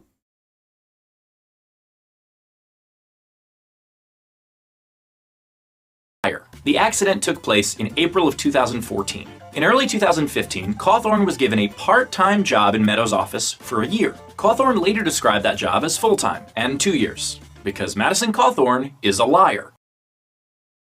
Okay, even if that was true, who gives a fuck? I mean, even if everything he just said was true, this is such small bullshit that doesn't matter. But the way he's presenting it, and look, another reaction gif. You have people, oh my god, he's such an egregious liar.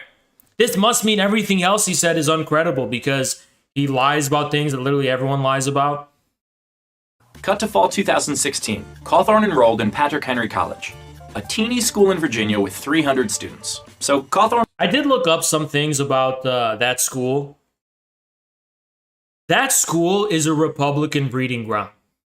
Those people that go to that 300-person school, just want you guys to keep this in mind. A lot of them end up working in the offices of Republican politicians. Did you know that? So there's this whole scandal that I heard about, that there's a bunch of people that went to Cawthorn School that have all of these allegations against him. The thing is that a lot of those people literally work in the offices of Republican politicians. Kind of weird. I don't know. Cawthorn was working full-time in North Carolina, but still somehow going to school in person in Virginia, because Madison Cawthorn is a liar.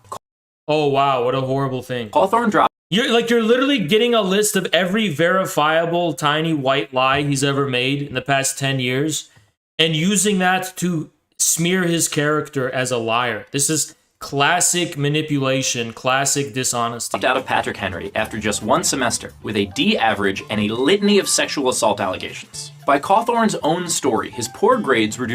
I feel really bad for this guy because he's... You know why? Because I could just relate to it so much. He gets like an avalanche of liars coming after him, trying to throw as much dirt on him as they can. And that's why I'm so... If you want to know why I'm so sympathetic to Madison Cawthorn, it's just because I relate to this shit he's been going through a lot, you know? I see how these fucking demons, these scum,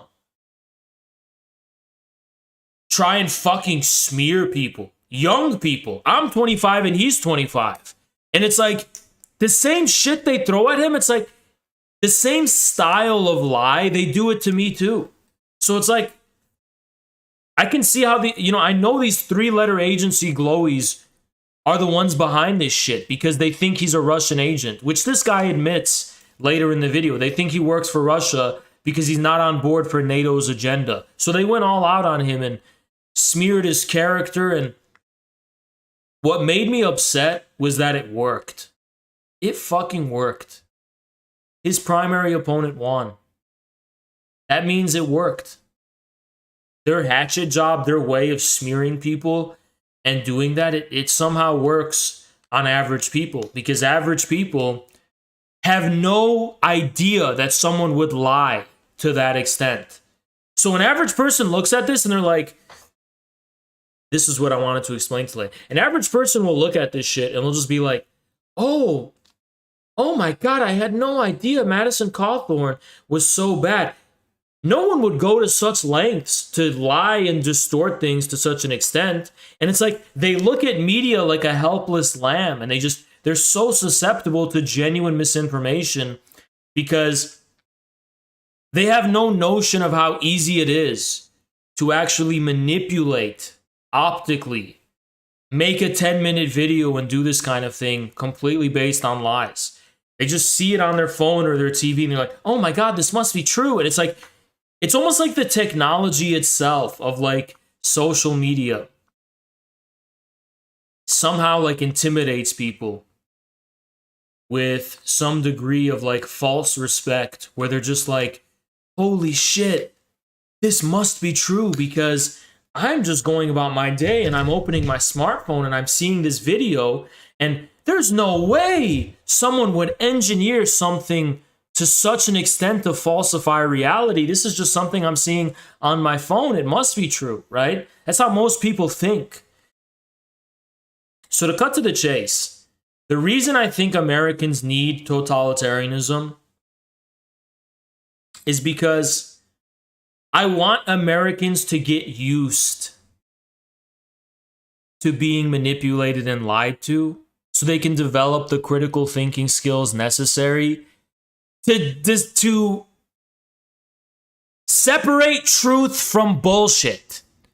People who live in totalitarian countries know when something's bullshit and they know when it's true because they're used to the ways and they're very cognizant of and aware of the manipulation, the optical manipulation that goes into media, right? They're aware of how it works because they know there's just that mutual recognition.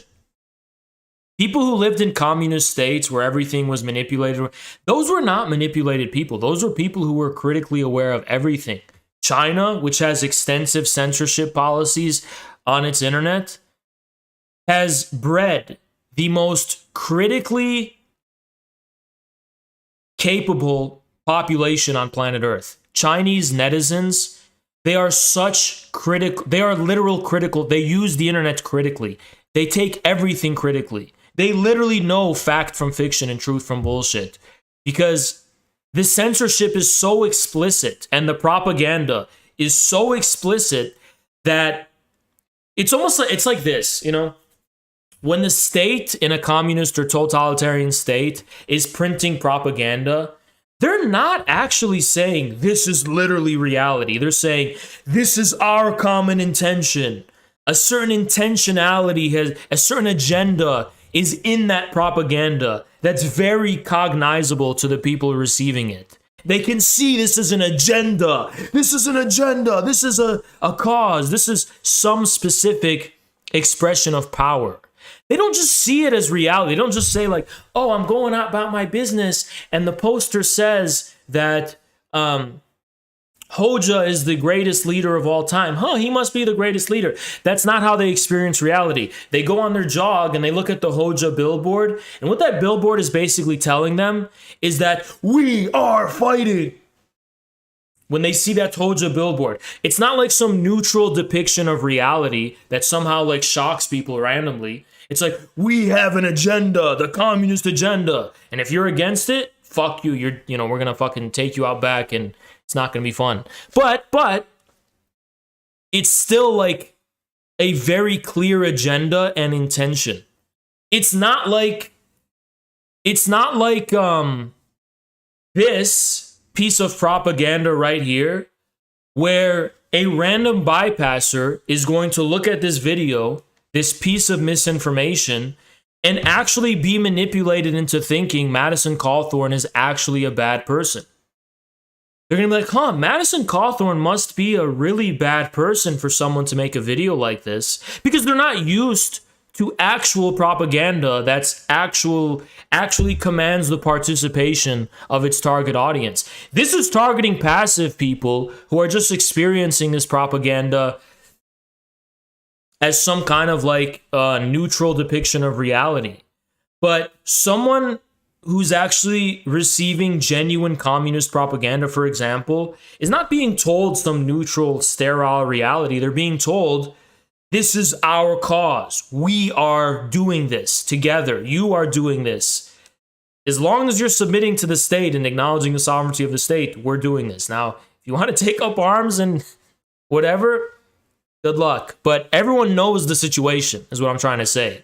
They have a clear understanding of who's in power and what the agenda basically is. And all of that is pretty much out in the open. There's no secret agenda that disguises itself in the form of a neutral depiction of reality. People see past that in totalitarian states. The problem with Americans, these dumb fuck Americans we have, the kind of people who voted against Cawthorn because they looked on Twitter and they were like, oh my God, Cawthorn was wearing a woman's dress. Oh my God, Cawthorn did this, Cawthorn did that. I'm going to run to the polls. I'm going to run to the polls and vote for the corrupt Republican candidate.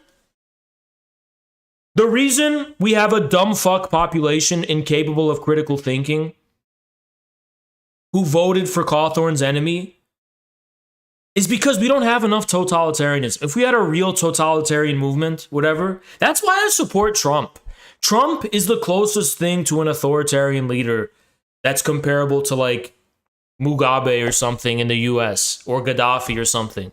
Trump's movement is, his propaganda is that kind of like, we are doing it kind of propaganda, where we all know there's an agenda. It's just that it's an agenda we share and we're fighting for actively. It's not like Trump is trying to tell you, oh, this is the true neutral reality. No, Trump is telling you, you and me taking them down. And, you know, that's one of the biggest reasons I like MAGA, you know? It's one of the biggest reasons because it's a form of explicit propaganda that is so necessary for people to be capable of critical thinking skills. If MAGA was stronger, Cawthorn wouldn't have been unseated. You want to know why? Because people would have been like, huh, I know why this is fucking happening. Cawthorn pissed you off. He exposed the fucking Republican establishment, and he called Zelensky a thug, so this is your agenda. This is why you're doing it. If people had the minimum of critical thinking skills, they would be able to fucking put 2 and 2 together and vote for Cawthorn, because it'd be like every one of these videos would be like, oh, that's the establishment coming after our guy. But they don't have critical thinking skills because we live in a democracy. Right? But the dress didn't help. The dress was nothing. This is what people need to understand. They need to have critical thinking skills. But Trump is to blame in a lot of ways. I'll tell you why Trump is to blame. Trump didn't even support his own fucking people. Trump got in bed with that Republican establishment. He sold out his own people in many respects. Why did Trump support all of these fucking, you know, Republican establishment people over the more MAGA people? Why did he do that? The worst thing about I always say this, the worst thing about Trump is that he's kind of like this, the worst thing about him, this is the worst way to look at Trump, right? It's just this kind of like obscene supplement to the fucking Republican Party.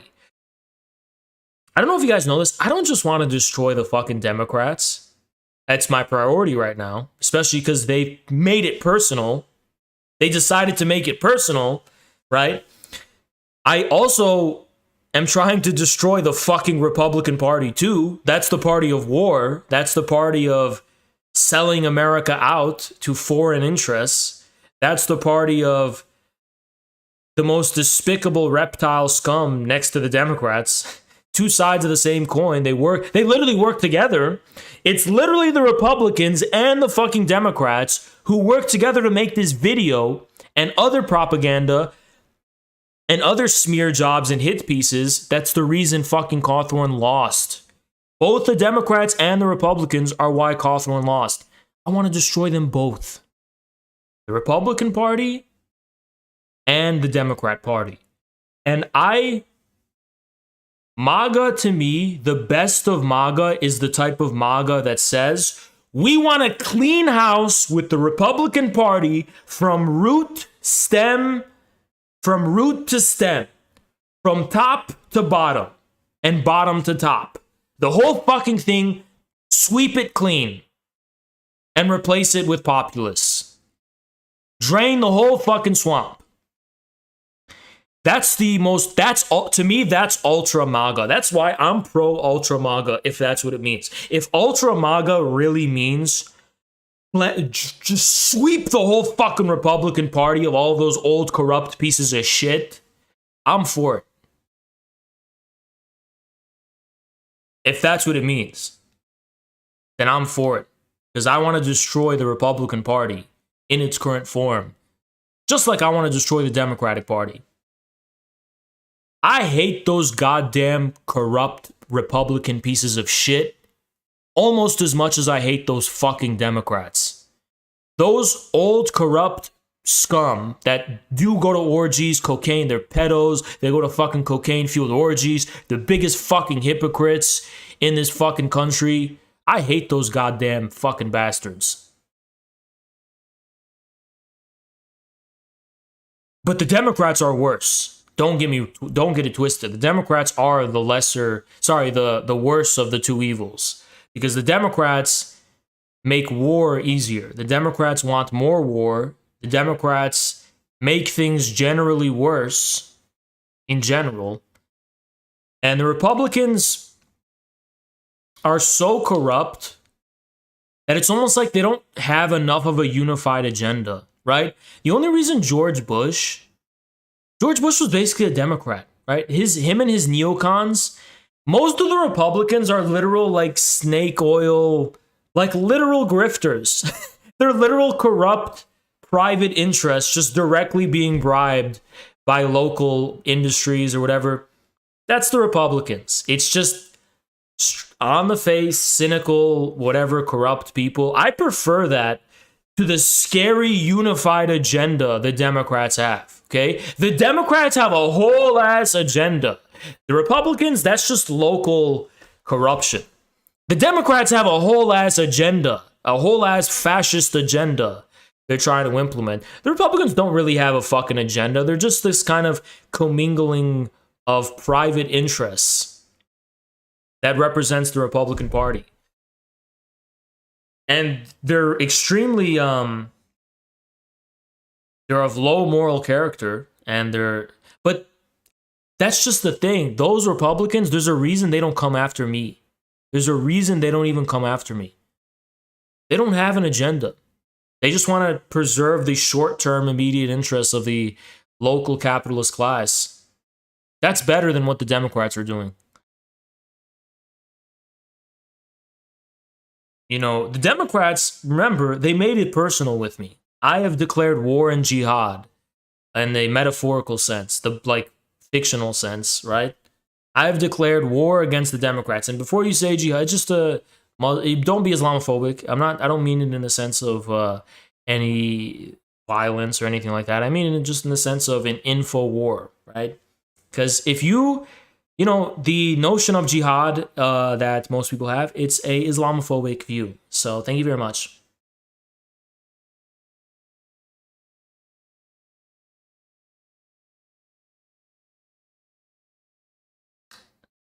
I'm not even allowed to say declare war. I am not even allowed to declare jihad on the Democrats.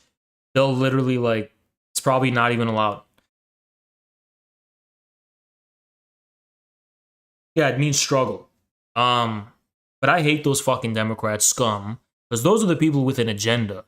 I fucking hate those Democrat pieces of shit. I fucking can't stand them. They are venal, they are corrupt, they are hypocritical, they're the scum of the earth. Those fucking Democrat scum. Fucking lying scum.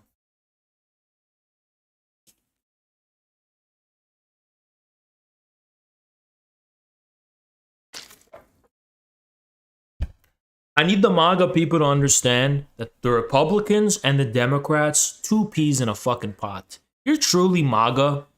Don't fucking vote for these fucking Republican dinosaurs. Get your own people in there.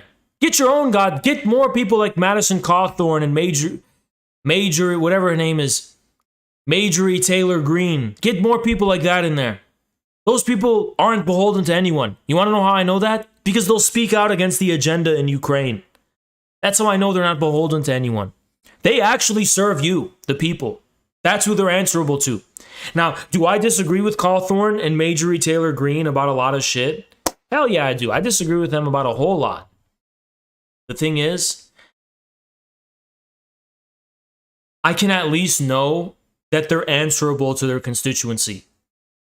They're not answerable to the special interests. They're answerable to the people who put them there. That's the difference. Based. Thank you, Max. Did you see that an anti-Ukraine guy won a Dem primary in Kentucky? I looked at his Twitter and he was tweeting out Gonzalo Lira and Pepe Escobar. Jeffrey Young. Based. Thank you so much, Orville. The glowy activity on Twitter has been very obvious recently. Yeah. Yeah, I can tell. Thank you so much. I think Hegel and Mal, most hello. Enlightenment-era intellectuals are outdated. Weren't his successors known for determining slaves based on phenotypes? No. Based.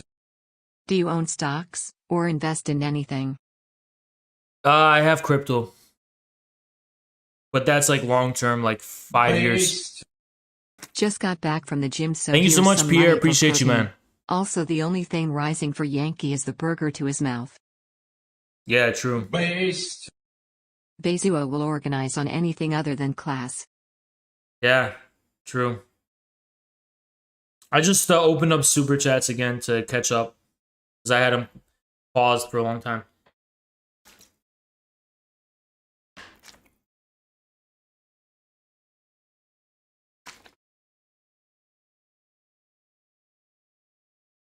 I had a pause for a long, long time. There's one more. I think that one's not gonna show, but don't you have an I will never vote Dem pledge? I do, and it's still in place. We will never vote Democrat under any circumstances ever. If I run for Congress, which I might in 2024, I'll probably run on the Republican ticket. Not gonna lie.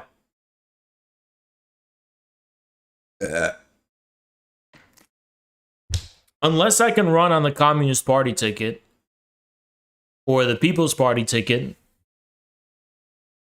But wouldn't it be funny if I did it on the Republican ticket? Due to cognitive impairment from a brain injury. So he's so cognitively impaired. I think it'd be funny. Bad optics, go independent.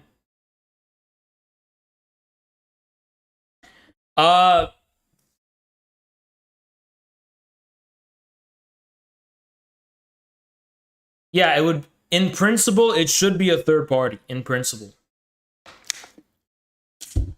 But in comedy, it should be the Republican Party. That he couldn't even maintain a C- average at a school of 300 students. But he is somehow qualified to legislate? I mean, let's say I won on the Republican ticket, I would use that to build a third party. That would literally be like how I build a third party. I would use the power and clout I got as a congressman to build a third party. I would completely fuck over the Republican Party. Like, I'd be like, you know what, guys? We need a third party now. As soon as I got in power, I'd be like, all right, now we need a third party. And I'd promote the Communist Party or something. Like his female... That'd be so funny. No, I wouldn't run Republican. I would probably run independent. But yeah, it would have to be independent, to be honest. Male classmates told him many times, absolutely not.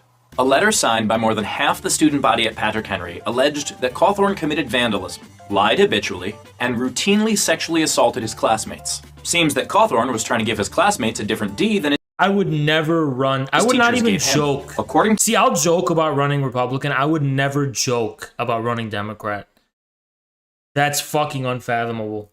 To the letter, quote, Cawthorn's time at PHC was marked by gross misconduct toward our female peers. Base, don't give enemies ammo. Dude, I don't give a fuck. I don't give a fuck. That's the last reason of why I would care about that. Give me one sec, guys.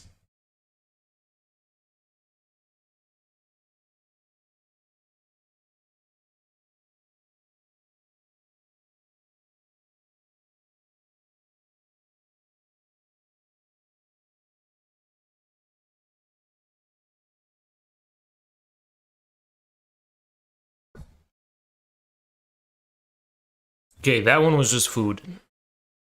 That one was literally just food, so chill. That was just food, okay?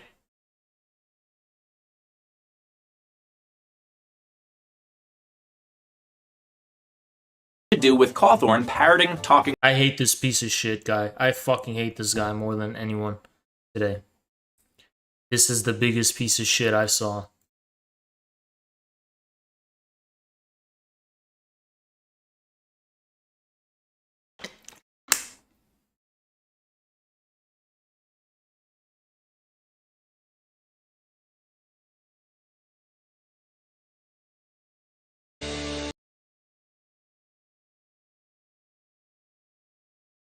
Let's watch some Comrade Tucker. Good evening and welcome to Tucker Carlson Tonight. Happy Friday. At a press conference back on March 24th of this year, Joe Biden announced that thanks to the regime change war he's decided to voluntarily wage in Eastern Europe, our country, the United States, will soon face food shortages. Food shortages are, quote, gonna be real, Biden said. Now, the reporters in the room dutifully transcribed the words and wrote their stories, but you may have missed it. You may not have even heard this because there weren't a lot of follow-up pieces about these man-made food shortages that Joe Biden was predicting. And that's weird if you think about it, because food shortages are inherently a big deal. You could argue they're even more significant than, say, a slap fight between actors at an awards ceremony. Food shortages are historic events. They overturn societies. They bring down empires. They often have. If you've got food shortages, you've got a potentially destabilizing problem on your hands. And now we do have food shortages. They're real. Is Samira in chat? I forgot. I wanted to bring Samira on. She in chat? Based. Didn't Khrushchev claim that every single biologist at the time signed a letter of condemnation against Lysenko, yet no such letter has ever been found? I have no idea. I have no idea. It wouldn't surprise me though.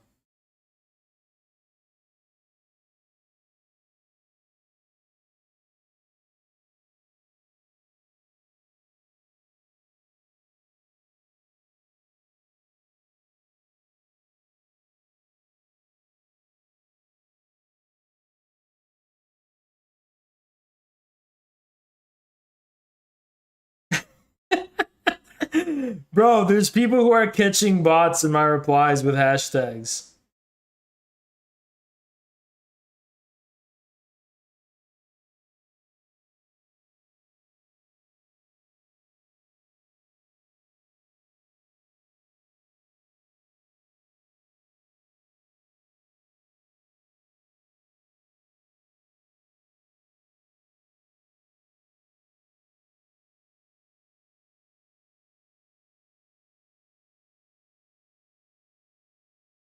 All right, let's continue. As Joe Biden predicted. As of tonight, at least 26 Thank you for states the are 5 you're sharing. Appreciate it. reporting that half their retail stores are completely out of baby formula. That would include the states of Texas, Tennessee, Missouri, and Iowa, and many others. So these are major populations. Eduardo, thank you so much, man. Appreciate all these super chats, guys. Appreciate it so much.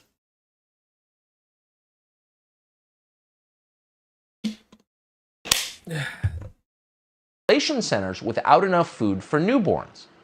In Memphis and Nashville, 52% of stores have no baby formula. Houston and Des Moines are reporting similar shortages. In San Antonio, a city with an unusually high percentage of families with small children, 57% of all stores in the city have no baby formula. Those are the numbers.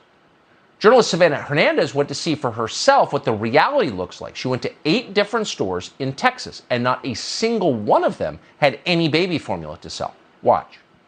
We talked to a couple moms outside who said that they've been having a really hard time finding formula, and so this is what we're seeing right now.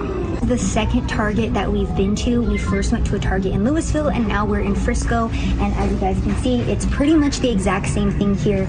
Grocery stores pretty much empty, no formula to be found. I've talked to a couple moms who were telling me that people have spent upwards of $150 on formula on Amazon. Some moms can't even find the formula that their baby requires. One mother telling me her child was constipated. Sorry, this is not related in any way, but I'm sore as fuck. From lifting yesterday, I am super sore all over. Like, look at this. I am super sore. I'm coming back. I'm coming back, guys. After 1 week. Specific type of formula, couldn't find it, so that's what's going on. So that's real. You may not like Savannah Hernandez's politics, but she's got a video camera inside Target, and they don't have any baby formula. So babies need to eat, but they can't. Is that a big problem? Well, yes, it's a big problem. How big? We have a lot of problems right now. Ask yourself, is this a bigger problem than, say, using the wrong pronoun? Or Trump voters peacefully trespassing in a public... Did you know that most people wouldn't have this problem if they tried to push women away from breastfeeding? No, this is not true. Some women do need baby formula because from what I gather, breast milk, it's not like just it's not really like just always available, you know. And yeah.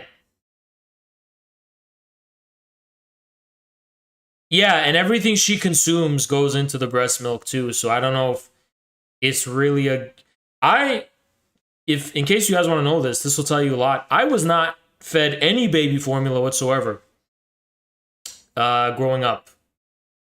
My mother did not believe in baby formula. I never had any baby formula. I'm one of the last natural males.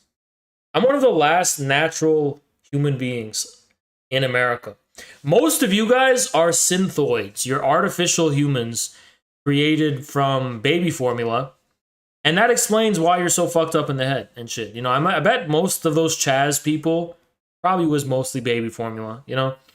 I am a natural human being who, I'm just kidding. I have no idea how it works. But if I was a woman and I had a baby, I would not trust baby formula. Just because that's my paranoia. I'm just a paranoid guy. So I would prefer the natural way. But it's just not how it works for a lot of women. It's either they have just problems breastfeeding. It's not just because of the social stigma, is what I'm trying to say. Public building. It seems like a bigger problem than that. So breastfeeding leads to 10 higher IQ points. Most women working can't provide the schedule outside of those with medical needs. You guys know what I believe in? I believe in paid maternity leave. I don't know about paid, because not necessarily you'd have to be paid, more like taken care of in some way. I believe in maternity leave for the first 3 years of a child. If you have a child, after 3 years, you should not have to work at all. We can afford that. We're a wealthy country. We can afford that. Let's, because that's a full-time job. Having a fucking child is a full-time job.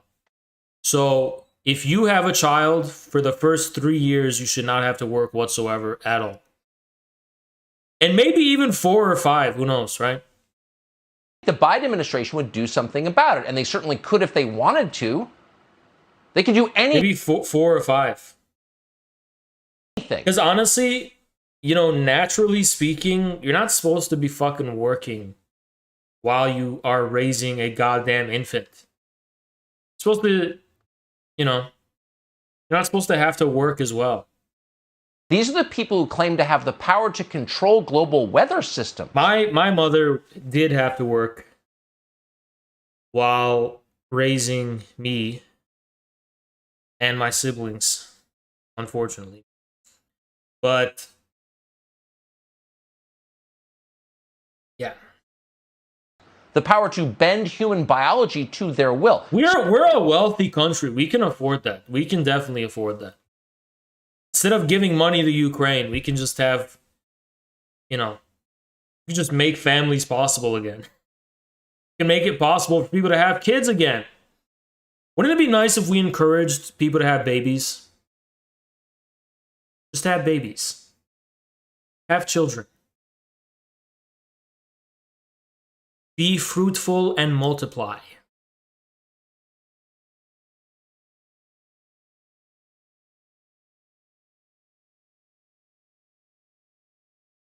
I saw a Reddit post where there was this family of 127 people, and it was a mom and dad who had 57 kids, and each one of those kids had 20 kids each or some shit.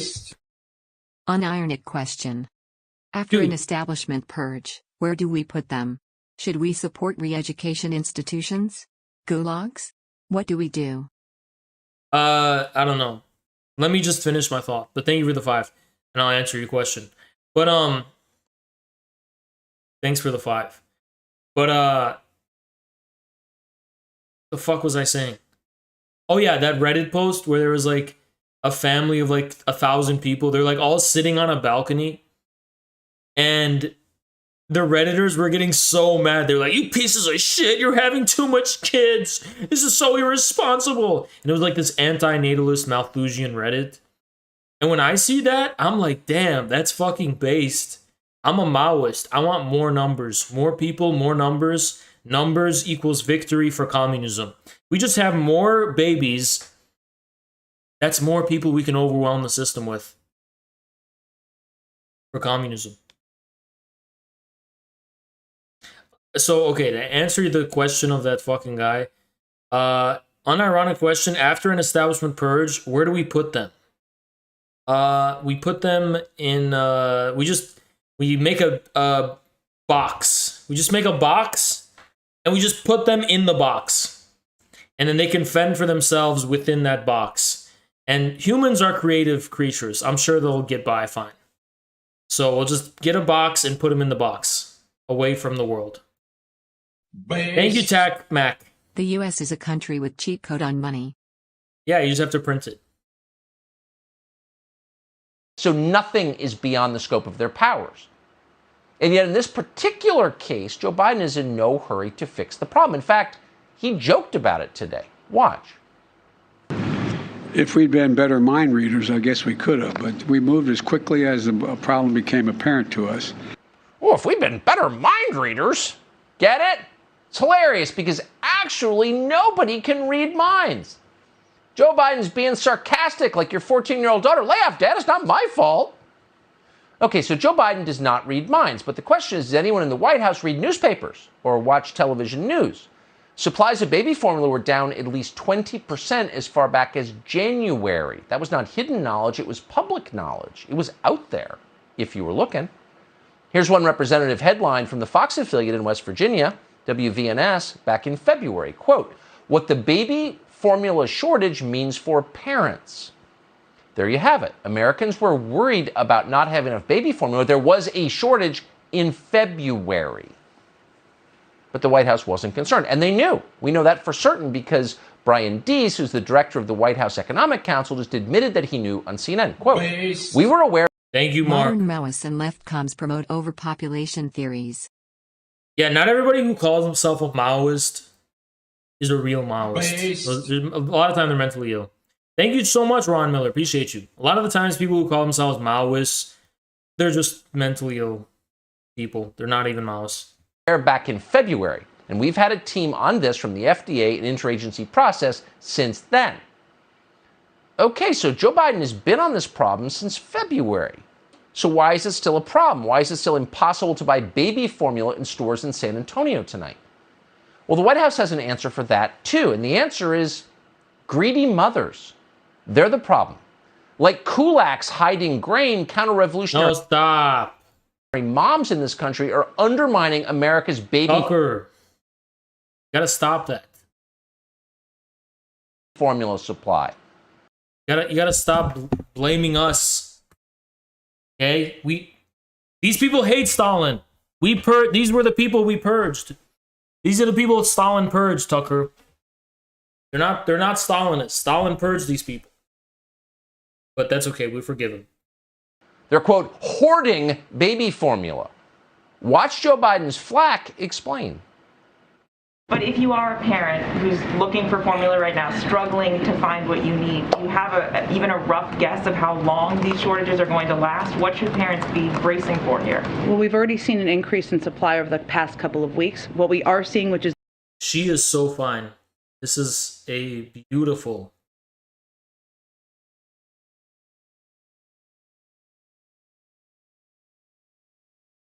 Jen Psaki. An enormous problem is hoarding. People hoarding because they're fearful. That is one element of it. And people hoarding because they are trying to profit off of fearful parents. Oh, now we're down to Zimbabwean economics. We don't have enough to eat because greedy people are hoarding it. It's your fault, America's moms. You and your piggish little babies. Always thoughtlessly eating. Show some patriotic... Don't diss Mugabe, dude. These are the wrong enemies, Tucker. You know, Tucker, you guys gotta start understanding who your friends are and who your enemies are. Mugabe hates these people too, okay? So don't Learn who your friends are. You don't gotta antagonize your friends. Restraint and stop buying so much food for your kids, you greedy wreckers. That's the White House position on the baby formula shortage.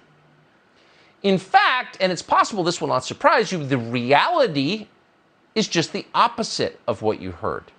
America's moms are not hoarding. He works for Fox. He's not our friend. He's the only voice on Fox that thinks for himself. Baby formula because they're greedy. He's a showman, nothing more. Dude, when you say shit like that, I just see like, okay, you're a DNC bot. You're a Democrat. He's not just a showman. He's speaking out against the war, the fucking funding Ukraine. Is that what a showman does? Or their fat little babies are eating too much. Sorry, Jen Psaki. The Biden administration is hoarding baby formula. The administration's WIC program, formerly known as Special Supplemental Nutrition Program. Tucker is a libertarian. How can a so support him? Crisscross theory of politics. The top left is allied with the bottom right. Look it up. Program for women, infants, and children is by far the largest purchaser of baby formula in the United States. That is true no matter what they're telling you from the podium at the White House. Here's how it works. States award a contract to a baby formula manufacturer to provide the product to WIC participants. Then people who receive WIC benefits take a voucher to the store and buy the baby formula from that manufacturer. Now, government agencies get a kickback from the manufacturer in the form of a rebate, sometimes as high as 85% of the wholesale price. In other words, the baby formula manufacturer essentially pays the government to maintain this monopoly. And it's good business for everybody. It's been going on for a long time.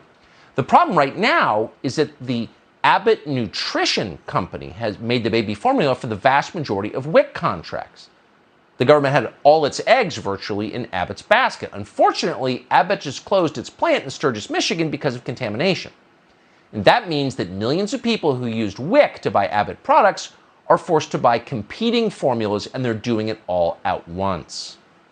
So a government monopoly overseen by Joe Biden caused this baby formula crisis. So what's the government doing to fix it?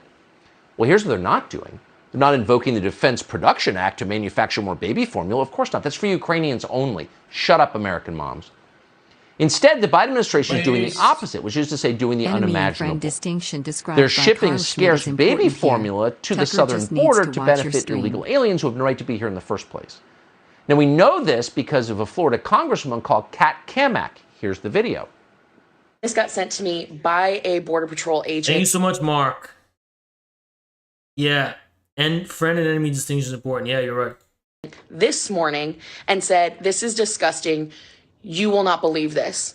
They're receiving pallets and more pallets of baby formula at the border. This was taken at Ursula processing facility where thousands are being housed and processed and then released subsequently into the United States.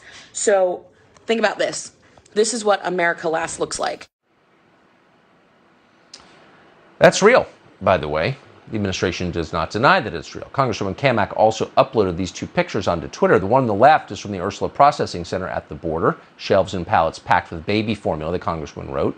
The second is from an empty shelf here in the United States reserved for American citizens. So there's never been a clearer statement of the administration's priorities. Hey, American mothers, your kids are too expensive. Go have an abortion and get back to work in an Amazon warehouse. Congresswoman Katie Porter of California said that out loud this week. You're poor? Have an abortion. Get back to work. Other Democrats said the same. Try breastfeeding! Exclamation point, wrote 76-year-old Bette Midler today on Twitter. It's free and available on demand. It's been a while since she's done that, but that's her position. So imagine responding to the baby formula shortage by telling people to get a fucking abortion. That's so feminist. Here you have an elderly, out-of-touch, rich liberal lady lecturing struggling American moms to shut up and suffer in silence. And by the way, make your baby shut up too. Now, if you can think of a more perfect distillation of modern politics of the left circa 2022 than that, Send us an email and let us know what it is, because we've never seen anything that perfect. And yet, here's the interesting part. That's not at all the message that the Bette Midlers of the world are sending to the millions of illegal aliens who are flooding into our country. The message to them is just the opposite. Come, we welcome you. We will subsidize your child. I'm eating a wrap with chicken and the children of the chicken with eggs. So chicken and eggs. Parents and children being consumed by me. Pretty evil. Childbearing, whatever it takes. Even if we have to take baby formula for American citizens, we will help you. That's literally what they're saying. And more to the point, that's what they're doing. This is family values. Parents, children together. So how do you get the Biden administration to pay attention to American citizens, to you? Let's say you need baby formula, you can't get it. Joe Biden doesn't care. Bette Midler's mocking you. Go breastfeed, it's free. How do you get them to awaken to the fact that you exist, that American children are suffering? Well, it turns out there is a way to do that. The baby formula shortage, and we looked this up, like every crisis. New Amata going on Surfs tomorrow to discuss land back. Yeah, this is a glowy. My name is New Amata. New Amata, hi. I'm going to explain to you the land back. New Amata in the house. New Amata in the house. New Amata. Crisis in this country may affect you, but it affects trans people disproportionately, because trans people are always, and Joe Biden often says this, are the ones who suffer most. And as Congresswoman Cori Bush once told us, nothing is more important than protecting birthing people. I sit before you today as a single mom, as a nurse, as an activist, and as a congresswoman, and I am committed to doing the absolute most to protect Black mothers, to protect Black babies, to protect Black birthing people. The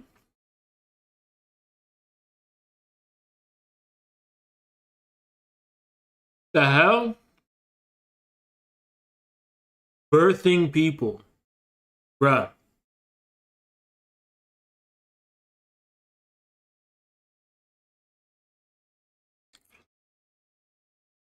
It's so funny that we should get shit for being Patsocs who love America. Bro, what other country says this shit? America's the only country where they say birthing people. They're the real chauvinist patriots, not us. Oh, well, it's the last line that's going to get Joe Biden's attention. So your kids don't have enough to eat. They can't be bothered to help you at all, though they caused this problem.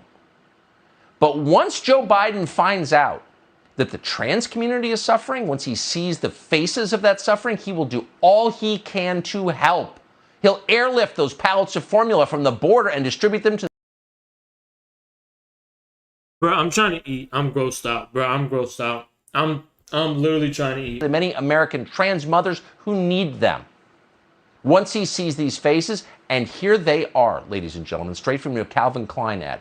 Pregnant man. Nah, the bro. pregnant man emoji, Joe Biden. Do it for the pregnant man emoji. Subscribe to the Fox News. It's gone too far, bro. I don't give a fuck what anyone says. I don't give a shit, bro. It's gone too far. I don't care anymore. It's gone too far. There's a line you shouldn't cross. That's one of the lines. All right? There is no child who should have to enter this world being entering the world, the first thing they see is a fucking beard. Bruh, nah, we're done. We're done. We're done. A face that looks like mine. How? I have so many questions. I don't care though. Nah, bruh, it's gone too far. Shit has gone too far. I'm sorry. I'm sorry. There's just a certain point where we just gotta draw the line. We gotta draw the line at some point. All right?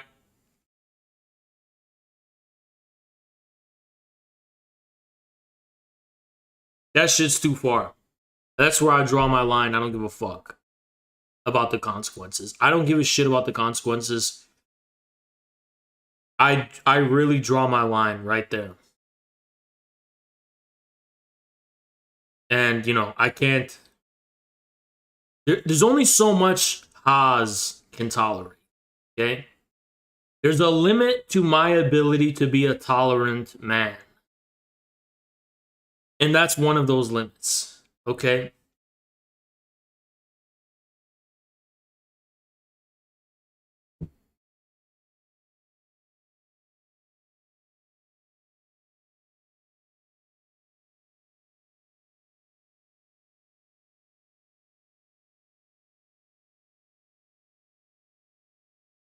Let's check this out from Caspian. 3 decades of unopposed I'm gonna get DMCA'd, aren't I?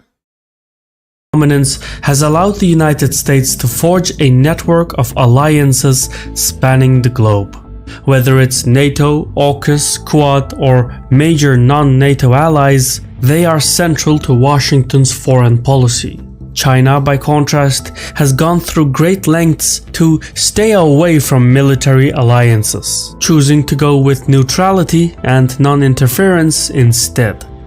But the times are changing. The rivalry over the fate of Asia-Pacific is deep. Someone wants to debate me on my representation of working class interests. Go ahead.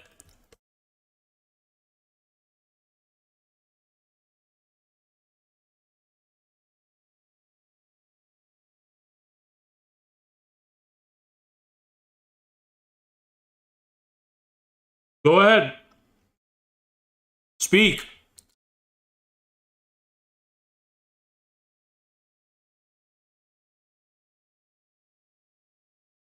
Why don't you represent the working class and allowing us working class people to say it? Do you know what saying it means? What does it mean? What does it mean? Well, when I'm listening.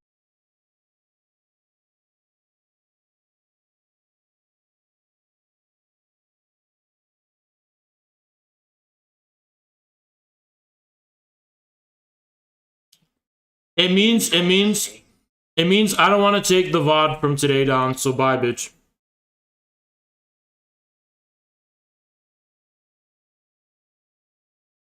Dude he just wanted to say the N-word and ruin the VOD. Deepening, and China is now considering a formal security umbrella of its own, something akin to NATO, or better yet, the Warsaw Pact. In recent years, China has upgraded its relationship with Russia, Iran, and Pakistan, allowing for regular joint exercises and military exchanges. Although no mutual defense clause has been... Give me a sec.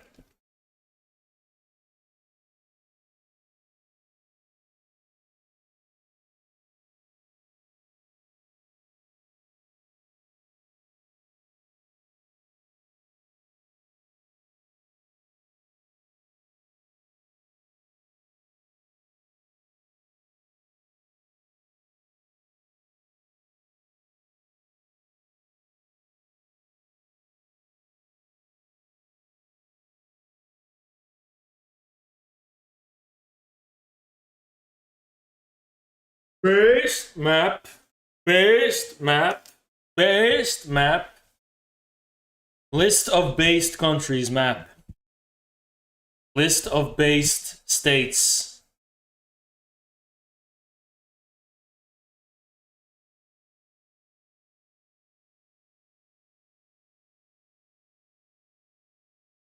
Oh shit. That's what I'm missing. I need the based emoji. And gifted subs are coming out soon. And when they do, I'm gonna gift the community like fucking 200 subs. Because there's like barely anyone that can use emojis. I'm gonna just, when the gifted memberships come out, I'm gonna gift members like $200 worth. 200 fucking... I just want you guys to have the emojis. When Ludwig's chat comes out, there won't be a paywall behind them anyway. been signed yet, China is laying the groundwork for an alliance somewhere down the line. When that happens, it would mark a turning point in the American-Chinese rivalry and shape the fortunes of the international community. But military alliances are not easy to set up. They cannot be all things to all nations. China is not the easiest state to get along with. Its policymaking Samir, are you in the chat right now? comes with heavy baggage. For a Chinese-based security alliance to work, its members must act as a chain, capable, resilient, and yet flexible. There can be no weak links.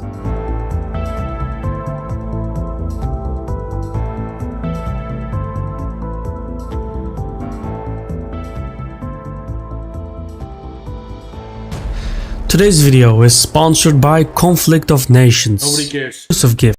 Strength, it has been able to push around India along the dispute. Samira, get in VC. Get in the show queue. In the Discord. Border, intimidate Taiwan at sea and in the air, and press its sovereignty claims in the South China Sea. And yet, China has declined to take on external security commitments. Beijing doesn't want to get trapped into distant remote conflicts, preferring to advance its objectives through economic statecraft. In much of Asia, Africa, and even Europe, China has offered loans, investments, and trade deals regardless of the track records at home. Hello?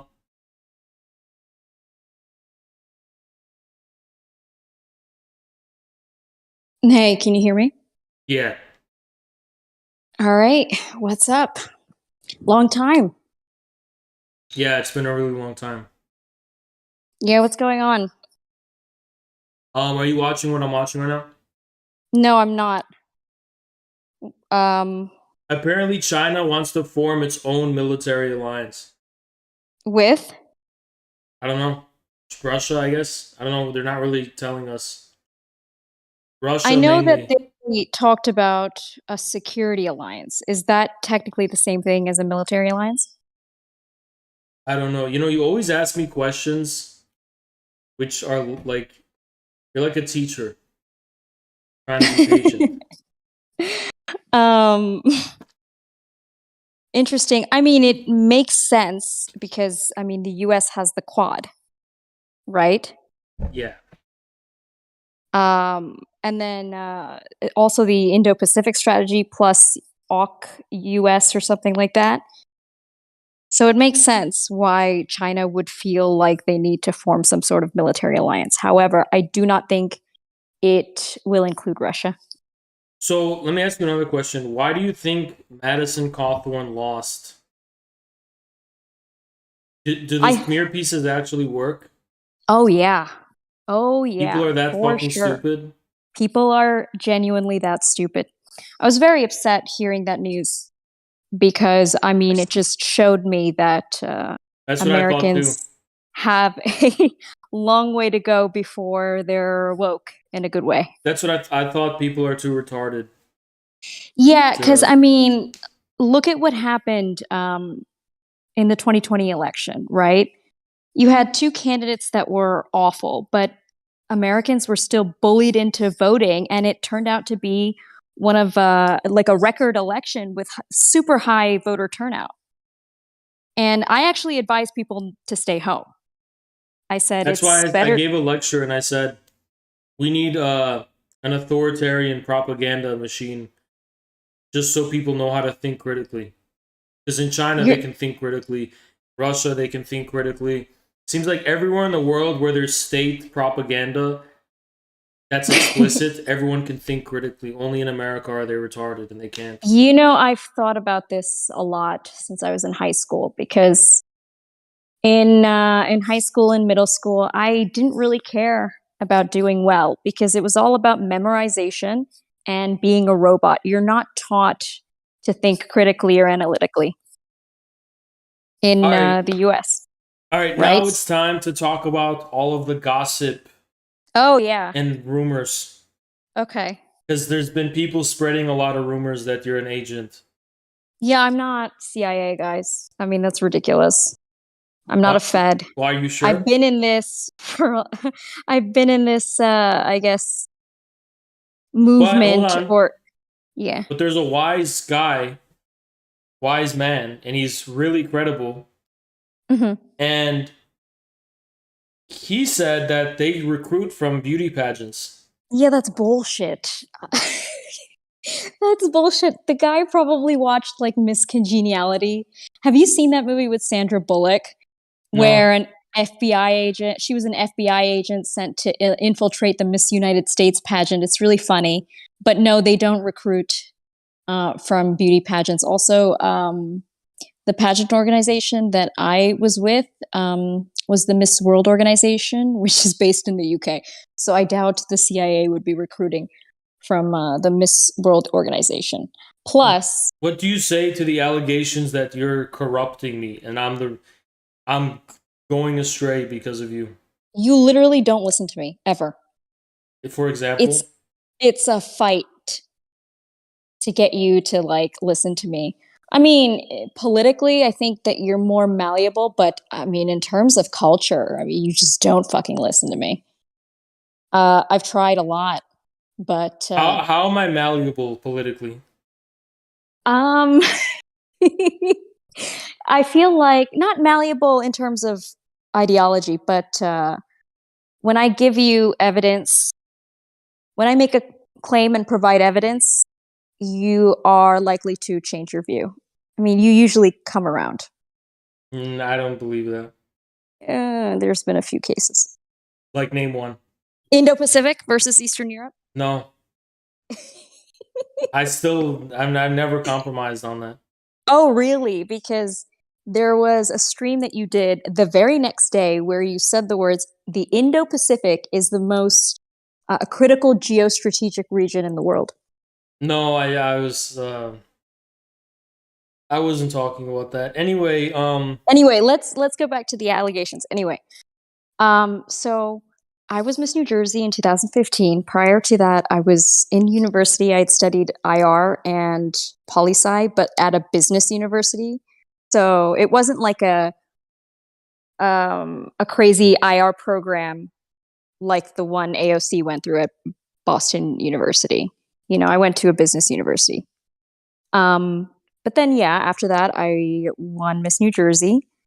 And I did, you know, have more of a politically charged platform than the other pageant contestants, but that didn't really make a difference. It actually harmed me. I didn't give a fuck. And then in 2016, I started supporting Bernie Sanders, because at that point, you know, he did have this sort of anti-establishment character. The mask was taken off, I guess, in the summer of 2016 when he endorsed Hillary. And that's precisely when I was just like, yeah, this was useless. I was done. And then I started appearing on RT because of my views on Syria. I had my, you know, pro-Assad views on Syria for years because, I mean, I do come from a political background and my parents were very pro-Assad from the beginning. So yeah, they did influence my views in a very positive way. So that's what got me on RT, and I started appearing on Sputnik and other news channels. And eventually, both of them offered me jobs, and I ended up picking RT. And then after that, I started making connections with CGTN and other news networks, Press TV, Indus TV, Al Mayadeen, and now I report for them independently. Yes, go ahead. But people claim you're that you are a white supremacist. What do you have to say about that? How exactly am I a white supremacist? I don't understand. They claim that Pakistan, their rationale? Pakistan is mostly Indo-European, and that you're like, shut the fuck up.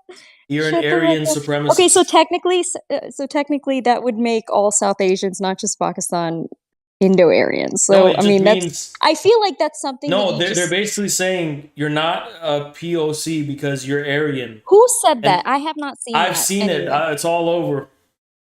Bullshit. I think that you're smiling right now. I can't see your I face, am but not smiling at all. This is why would I be smiling about this? It's I don't actually know, because serious. this is You something. think Aryan supremacy is a laughing matter?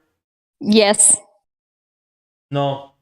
it's not a laughing matter. I was just No kidding. matter who is doing it. Okay, let's stick to the actual allegations. Come on, this is stupid. All right. Okay. This is stupid. What else did they say? That I was CIA, that I'm corrupting you. Notice how there's two separate wedge strategies at play. And I wrote this in the Discord. Number one, they're trying to separate CPI and infrared by saying infrared is a bad influence on CPI.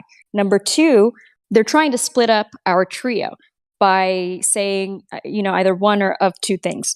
One, you're a bad influence on Jackson, or I'm a bad influence on you. Notice how nobody is saying that you guys are bad influences on me. How come I'm the bad actor always?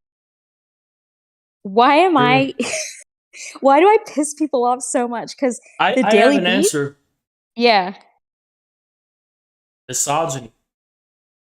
Oh, okay. I'm a misogynist now. No, they're misogynistic. It's proof. Oh, okay. It's proof of the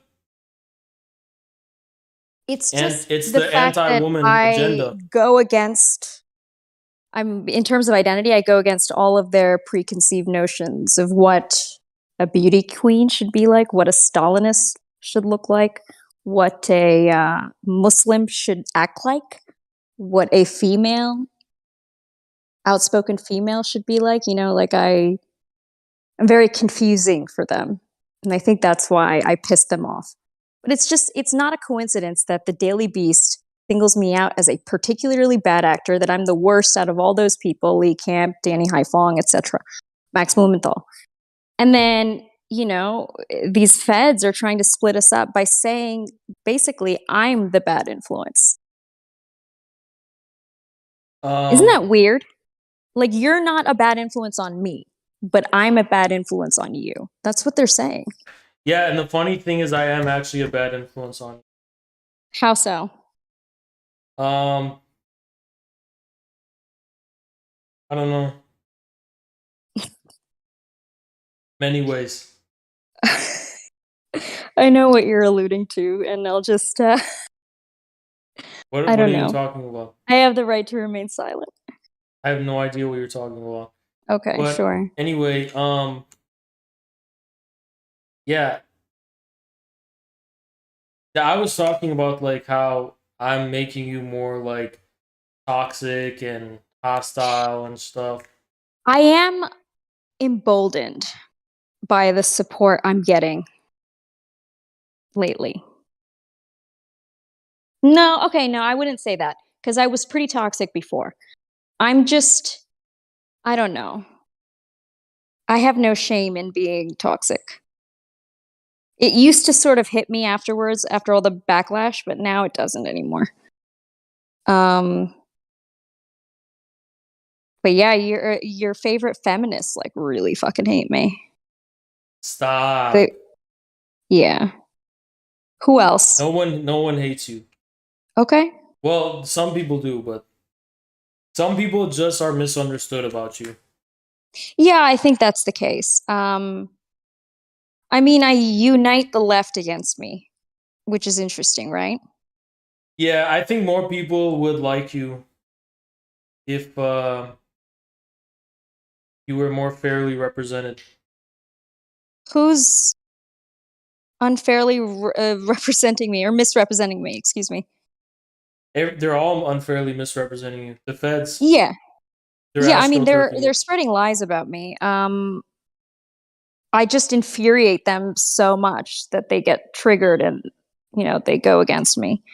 I think people, when they meet me in person, they're like, Samira, you're a totally different person.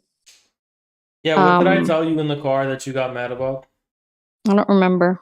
What was it? About the difference between you on Twitter and in person? Did I get mad about that? I'm really kind to people I like. I'm No, very I didn't say friendly. that. That's not what I said. Yeah, I'm more aggressive on Twitter. And I don't remember what you said. all right, forget it. No, tell me. I genuinely don't remember. It's something I found funny, but you got upset about it. I don't remember. Please reveal it. I can't. Why? Because I don't know if you want me to like say it. I don't know.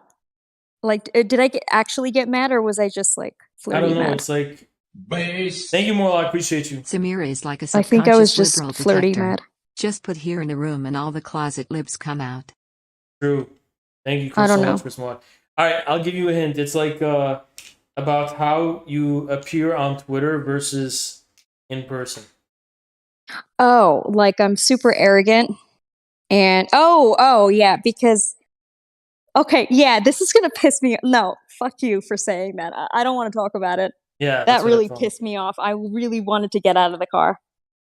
You wanted to get out of the car just because of that? Yeah, remember I said that I was gonna call an Uber in the middle of the highway. That's how much it pissed you off. Yeah.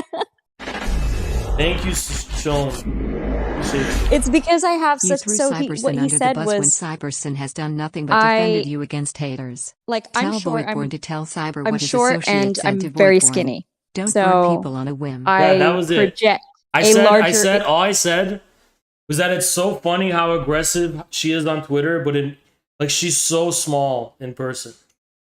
I'm She's very larger than small. life on Twitter, right? And I also she's, like, have a very, very very commanding small. voice. Shut the fuck up. Let me talk.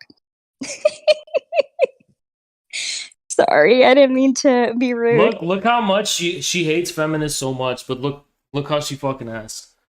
My bad. I shouldn't have done that. I apologize. She thinks you think you're allowed to say things like that. Why? What No, gives I you that shouldn't have privilege? said that. That was What? really fucked up. How dare you speak to me that way? Do you Honestly. realize I ban people for the slightest disrespect? Yeah, you're What right. gives you the You're right to right. disrespect me that way? You're right. I apologize. I should not have done that publicly. Or That was privately. What the or fuck? privately. Privately. That was messed up. It won't happen again, sir. Don't call me sir. That's weird. But continue. Yeah, I was just playing the character. Anyway, I don't remember what I was saying. I lost my train of thought. Oh, yeah. So, yeah, I'm larger than life on camera and in person. No, in Like, I remember. person, you're very, very No, sorry, small. no, on camera and on Twitter. Excuse me. I remember when I used to model in fashion shows. They used to tell me that I walk tall, and I think the long legs helped me a lot. And Very, this. very small. Okay. Get over it. Thank you, Cyrus the Based. He paid $5 for this, so I have to ask you, what is Samira's view on Mr. Krabs' thought? What is Samira's view of Mr. What is Krabs' that? thought? I don't know what Underscore he's Krabs referring colon to. Is it underscore something Krabs. SpongeBob related? Yeah. Yeah, I don't know anything about it. Sorry. Yeah, so I think that Squidward. Do you remember when Squidward ate too many Krabby Patties and then all of the Krabby Patties went to his ass? yeah. That's your taste in women. And so Your taste in women is Squidward when he ate too many Krabby Patties. So anyway, do you feel bad for not depriving me of sleep every time I see you in person?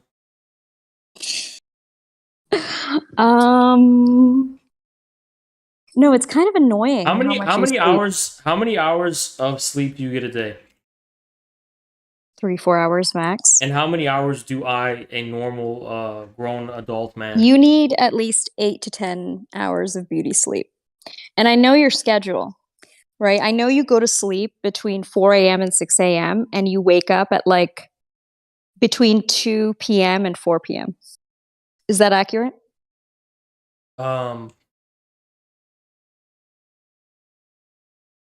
Based. You Hello? called Cyberson an incel for hating feminism. Mrs. Donald. Cyber loves women workers. All right, maybe he's not, but that dude glows. Sorry, that there's some shit that I heard that's like, which multiple people have presented to me. Mm-hmm. I'm talking to the Dono guy, and Oh, okay. My bad. that shit is like beyond the pale. So everyone needs to be wary of glowy shit. But anyway, Yeah. Oh my gosh. The glowy shit on Twitter lately is absolutely insane because, I mean, these new accounts are popping up all of a sudden the past like a week or so. yeah, so what the fuck was I saying? Yeah, so it's Mm-hmm. like so since you've been gone, I've been getting sleep every day. Uh-huh. Well, that's a good thing then. Yeah. I slept for like 24 hours when I got back home because I got no sleep. I didn't get any sleep, but I didn't None? mind. I didn't bitch about it. Whose fault is it that you didn't get any sleep? Yours. No, it was. So you're saying the whole time that I was sleeping, you were just awake? Based. Yeah. Tell Why? Voidborn to tell Cyber what his I don't know. I associate said just then, please. I mean when I'm not at home, I don't sleep as good. Are you the same way? No, I sleep fine anywhere. Really? Because in Austin you didn't sleep well. You were bitching about it there too. That was also your fault. This is always my fault. Yes. I wonder why. It's a good lack of sleep though. It's I don't think you regret it. anyway, sleep is the No. most important thing. I don't think you regret not sleeping. Why? What do you think? I have no idea what you're talking about. Let's leave it at that then. Unless you have more details for the audience. Okay, that's just gross. Come on. What do you mean details? I'm trying to be a journalist. I'm speaking like a journalist as a correspondent They don't would. want to It's a hear. force of habit. I'm They don't not want to hear this this stuff. like these sort of like vague answers, right? All right. Anyway. Okay. I thought you wanted to talk about labor unions being anti-China. I thought you were That interested is in what I that. wanted to talk about. All I was doing Oh. was talking about sleep, and then. Oh, that's totally fine. I'm cool with talking about whatever you want to talk about. All right. So, anyway, someone made a comment about Pillow Talk. Do you remember what Destiny said about that? No. Oh, okay, never mind. I haven't heard his name in a long time. Isn't that funny? Everyone's leaving. Why? Am I that boring? People just don't like it. Oh, right. Well, I mean, I'm usually more interesting. I promise. I'm just a bit more reserved today, let's just say. People are here for politics. Yeah, let's talk about politics. Labor unions. You wanted to talk about labor unions. Actually, I think that we should watch that clip that you have on screen. Yeah, I'll play it.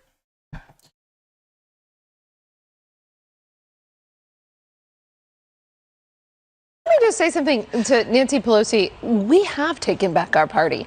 We are now a party that puts Americans first, that puts our border security first, that puts our economy first. We are a party that cares about moms feeding their children, that cares about people's ability to earn a living, to earn a respectful wage, that cares about small business owners and cares about the average worker around this country. Our party for too long was the party of the Chamber of Commerce that cared about big business and that cared about unfair trade policies. We have rejected that whole mantra under the Chamber and under big business, and we are a party now that cares about what everyday average Americans care about. Yes, we care about a strong national security. We had that under President Trump and under my boss, Mike Pompeo. We had a strong... All right, were you guys saying that we're flirting? We're not flirting. Yeah, we never do that on stream. Are you crazy? No, we're not doing that. I'm trying to give you guys content, okay? We're not fucking flirting. Stop being fucking cringe. Yeah, I know, right? Like, why would you have to do that with me on stream? Why would I have to flirt with you in general? I wouldn't. You're right. You're I right. don't need to fucking flirt with Samira, guys. Strong national security. I'm God damn. I'm struggling to produce content because I'm a little bit tired, okay? Yeah. But I mean, I'm a little disappointed by that rejection, but I'll deal with it. Anyway, Morgan Ortagus. Morgan Ortagus is part of the MAGA GOP wing. She's anti-rhino. She's part of that Madison Cawthorn, Marjorie Taylor Greene pro-Trump wing of the Republican Party. And she was the spokesperson for the State Department. And the reason why I sent you that clip was not to discuss politics. It was to discuss her looks in comparison to Jen Psaki's lack of looks. Anyway, Jen Psaki is much more attractive than her. You're literally... Thank you, Jello. Paranoia is a Kink's tune. Yeah. Anyway, Morgan Ortagus is beautiful. I mean, she's got decent politics. I mean, of course, her foreign policy isn't that great, but I think it's a very good thing every decision if that we the MAGA wing fully cements its control over the Republican Party and pushes the rhinos out. What do you think? Yeah. Yeah. Well, I don't know. It doesn't look too good for the midterms. Cawthorn. Yeah, so I wanted to talk to you about that. I wanted to talk to you about how U.S. public opinion works because liberals have control of the media. And it's not just liberals after Cawthorn. They've been after him for the longest time. But they literally teamed up with the GOP to destroy him. And that's how they removed Trump in 2020. It was the rhinos that teamed up with the Democrats against Trump. And depending on who the Republican nominee is, we might see something like that in 2024. With the midterms, it's tough to say, because did you know that a few months ago, George Soros put in $125 million to defeat Republicans, right? And after that, pro-abortion groups put in $150 million on top of that. So there's a lot of money going into these midterms. And I think I sent you the article in the group chat. Mods, check the mob chat. But what the fuck was I saying? We were talking about the midterms and the level of dark money and money in general that's being put into the election that favors... Yeah, it's really worrying that people can fucking buy into so clearly motivated smear pieces and hit jobs like that. But did you not know? No, I didn't. I thought since the MAGA movement and since the whole grab them by the pussy thing, people would be like more critical about the way the media tries to like get dirt on people. And but then what happened in 2020? They all fell for the anti-Trump lies, right? So that should have been a wake-up call for you. No offense. I just, the 2020 midterms when Trump... Yeah, but here's the difference, okay? I felt like Biden's presidency has emboldened Trump's base so much that like they don't believe anything the media says anymore. Okay. Now, what if it's, I mean, look at there's so much effort going into getting the pro-Trump Republicans out. They're trying to destroy the MAGA wing of the Republican Party. You know, Trump might not win. I mean, the Trump wing at least. If Trump doesn't win, I don't know what I'm gonna fucking do. We're fucked. Yeah. Did you see my text messages to you guys about this? Because I'm worried about it too. Because you know, it's gonna be either Ron DeSantis or one of the Trumps. And Ron DeSantis is basically trying to. No, DeSantis would be a fucking disaster. Yeah, he's GOP establishment, but he's pretending to be populist. Yeah, he's a fake. People need to know that more. DeSantis Yes, exactly. is a complete fraud, completely fake populist, he's like Ted Cruz, completely fake anti-establishment, and he's a super big anti-China hawk. He's a hawk. He's a war hawk. Exactly. You may as well elect Marco Rubio. Just because people gotta understand, just because you have a politician talking about how the pronoun shit is cringe and doesn't want the LGBT in schools, that doesn't make them anti-establishment. Okay, that's not enough. You gotta have more of a. You have to have more of a test, and it's really going to be about whether their agenda puts our country first or puts foreign countries before our country. So the big litmus test about this is Israel. Is DeSantis pro-Israel? Yes, or is he going to be a little bit critical to Israel? That's a really big thing. It's not going to be Israel. What about Russia? What about China? What about other countries? Are they going to negotiate? What about NATO, right? What are DeSantis' views on those things? Because that's really what's going to give you more of an idea of whether or not these people are bought out to foreign interests. Definitely. Rather than the American I think the people. best litmus test these days is China. Trump isn't critical of Israel. That's true. But for Trump, it was the Russia shit. That's like such a clear dividing line from the rest of the Republicans. Hello, even the China shit. Because he held back on imposing sanctions on China till like 2020 until Pelosi and the Democrats pushed him to do it. He even told Bolton, I don't want to ever hear a fucking thing about Xinjiang or the Uyghurs or Tibet ever again. And he also made a comment saying that, if China invades Taiwan, quote unquote, invades, there isn't a fucking thing we can do about it. Also, Trump, like Nixon, ended aid to Tibet. And it was Democrats who changed that. Congress, of course, out hawking the White House. They're the ones who made it, who reinstated aid to Tibet. Oh, there's the super chat. He's saying, what about Rand Paul? I think that would be super based. All right. So I actually think, okay, hear me out. You know who I think is the best alternative to Trump? Are you joking? You have never Don told me. Jr. Oh, you think so? Oh, yeah. The guy knows how to speak to people. He's excellent on camera. He's charismatic, and he really understands, the MAGA movement, unlike his sister. I don't know if you know this, but there was like a war of succession going on between the Trump kids. Kushner. Yeah, basically. It was between Ivanka, who is just a freaking liberal, who's basically a Democrat at this point, and then Don Jr., who actually is very charismatic on screen. He is more anti-interventionist than his dad, believe it or not. Because I actually looked into this, because it looks like Donald Trump is going to be bogged down in lawsuits, and they're going to find some sort of way to just not allow him to run. So there was a poll in 2021, I think summer 2021, where they polled the Republican base. And number one was Don Jr., and then number two was Ron DeSantis. I think there's a limit to this, right? Yeah. And I think 2024 and also the midterms, it's going to be a big test.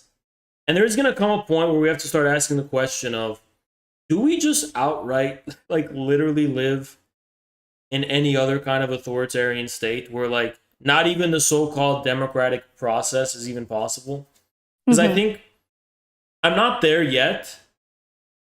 Because it was possible to get anti-establishment people in, but there might be a point where we have to accept that we just literally live in, like, an authoritarian country. Like, it'd be like, you know, The last anti-establishment candidate that actually had a chance was Ross Perot in the 90s. And then the but it's like, Democrats. you notice every time, this is what I'm trying to say this, every time someone challenges the status quo in any kind of way, there's FCC investigations, like what they're doing with Elon Musk. There's lawsuits that suddenly come up. They're bogged down in lawsuits. Because, you know, everyone's dirty in some kind of way. So suddenly there's IRS tax audits, for example, right? It's like every fucking time someone... And Elon Musk is genuinely challenging the establishment, not just when it comes to Twitter, but when it comes to Biden's extremely hawkish China policy. He's bullying companies into cutting business ties with China. Elon Musk has resisted, and not only has he resisted, he just recently signed a deal with China's Ganfeng lithium company to mine lithium in the lithium triangle in Latin America. Of course, Biden is working to stop that from happening. But yeah, of course, you know, the anti-Elon Musk is going to be vocalized against, you know, the whole lithium deal with China. So they're going to be able to kill two birds with one stone, talking about progressives. So yeah, Elon Musk does genuinely challenge the bipartisan foreign policy narrative. Like we're getting to a point where, how do we even, it's so fucked up because, you know, when you're living in an autocracy, you can just say down with the czar. If you're living in an autocracy, you could just say down with the party, or down with the leader, down with the state. When you're living in an authoritarian type of, like, almost explicit fascist dictatorship of the kind that's America, it's like, it's such a brilliant form of authoritarianism because it's decentralized. There's no one to isolate. There's like a million different actors working in unison to fuck you over. One way. There's literally only one way. And again, I would like to... Remember, it's YouTube. Yep, I would like to point to Ross Perot again. The only reason he had the highest poll numbers, he was beating Clinton and H.W. Bush, was because he appeared on the debate stage. And then after that 1992 election, the Democrats and the Republicans, they established the Committee for Presidential Debates and changed the rules to prevent third-party candidates from ever appearing on the debate stage. But that's the key right there. The debate stage thing? Yes, that's the But how key. would that ever be reversed when they control the rules to begin with? Money. Billionaire money. So that's the only way to reverse it. That if you can get like a Elon Musk type of... Ross Perot was a billionaire, right? That's why he was able to get so far. Let me put it this way. You're saying something pretty smart right now. Peter Thiel and Elon Musk, they have an agenda. I don't care what their agenda is personally. I know they have a weird agenda. They want to have a techno monarchy or something. That's fine. I'm cool with that. Right. They can have whatever agenda they want. But in order to do anything, if anyone has any agenda, they need to break the system in some kind of way. Yeah. So I think Peter Thiel and Elon Musk, people like that, who are like libertarians, who are like, okay, yeah, let's overthrow the two-party system, let's shake it up and cause chaos some kind of way. That's our hope. Yes, and I firmly believe that the anti-billionaire rhetoric coming from progressives is to stop any actual changes to the two-party system, because the closest person to do it before was a billionaire, Ross Perot. Yeah, and keep in mind, guys, we're not talking about the conditions of creating a party. Right. We're talking about the conditions of being able to get people in positions of power, just even at the congressional level. Yeah. Not even the presidency. Just how do we get our people into Congress? How do we get our people in the Senate? We need a serious shakeup of the system. Well, I had a plan. Do you remember I told you about the plan that I came up with in 2016? It was called the American Revolutionary Alliance. Basically, I took examples of coalition politics in parliamentary systems and applied it to, say, U.S. Congress and the presidential election. And it was actually viable. I spoke to constitutional lawyers about it. And we need to bring that back, Samira. So we're going to work on it. I have it. You want to talk about it? We can definitely discuss it because... Not tonight, but get it ready I know. And prepare it. Actually, you and Jackson should talk about it because we should actually get serious about this shit. Like now. Yeah. Because, look, like, the only people who want to actually break the two-party system are these anti-establishment billionaires, and they're the only ones with the power to actually do it. But Samira, they're billionaires. Isn't this a form of betrayal?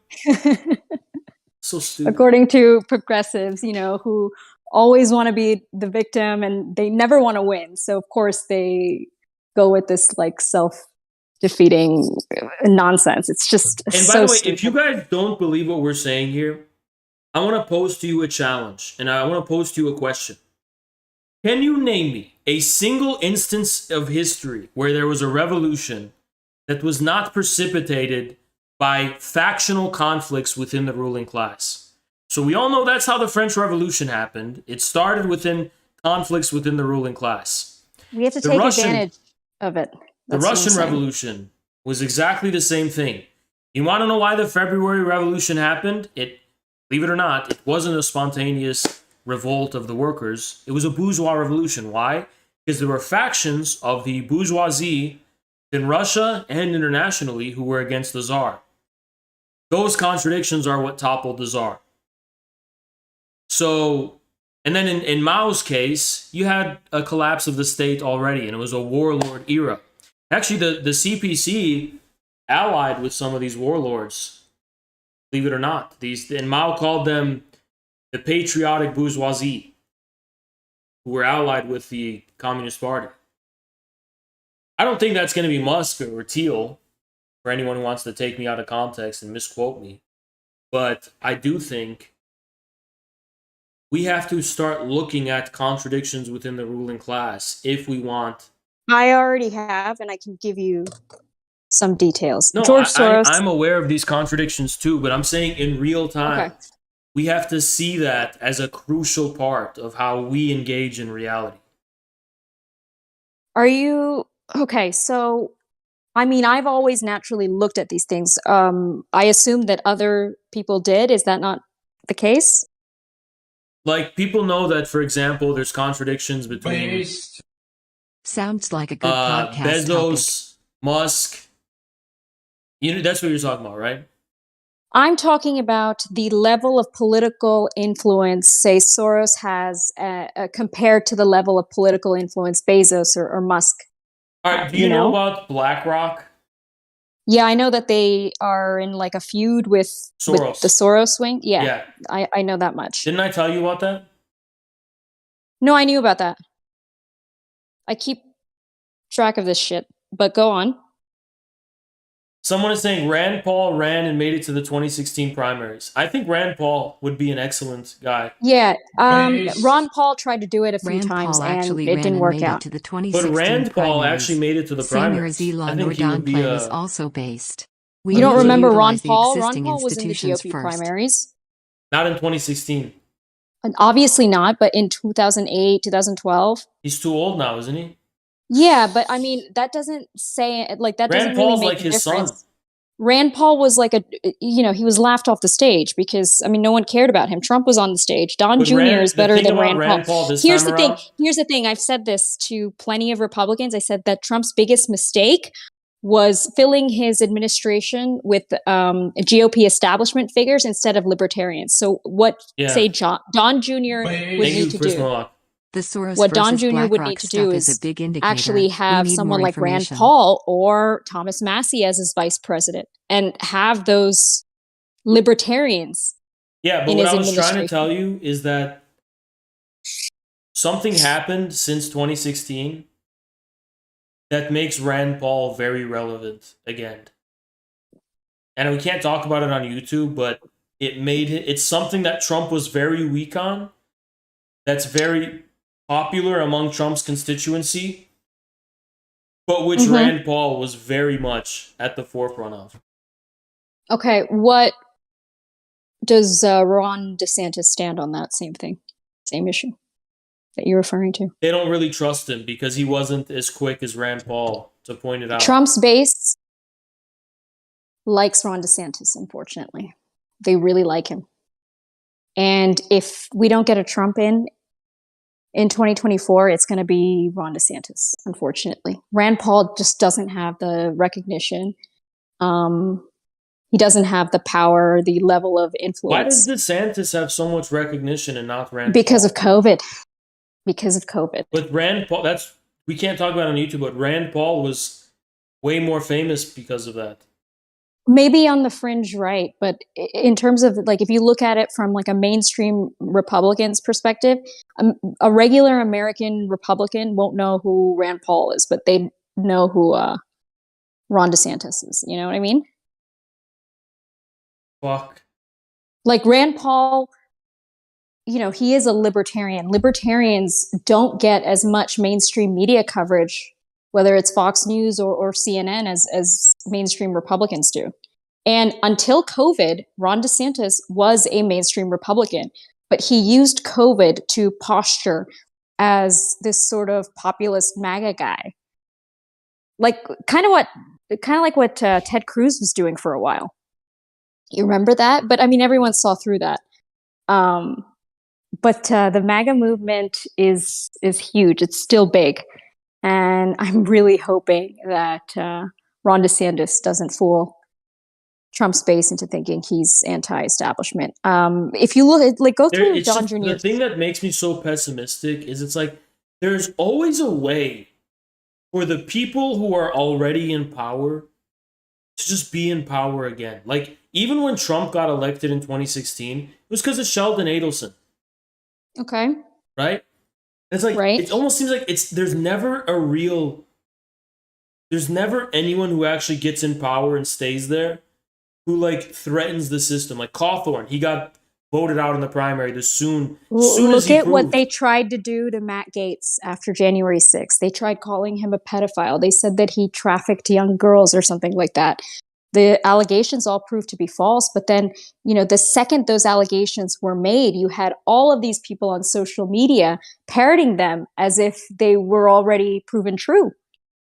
Right? So that's how narratives are established. I think that's something that you should study, how narratives are formed and how receptive audiences are to certain narratives.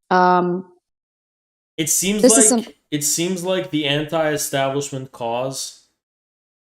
It just kind of seems like it's a loser. It died in 2016. I'll tell you why.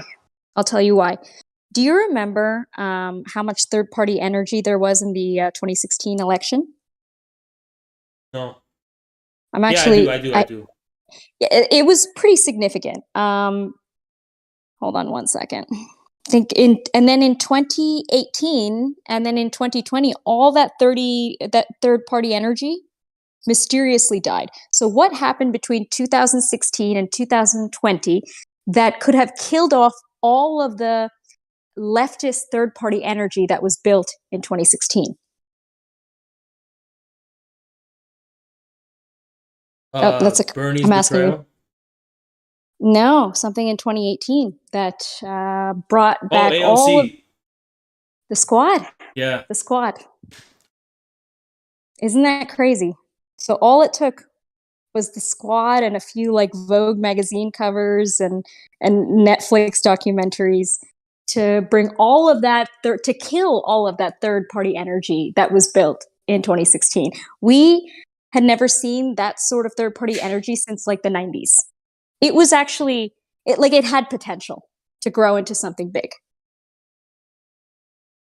This is going to be tough.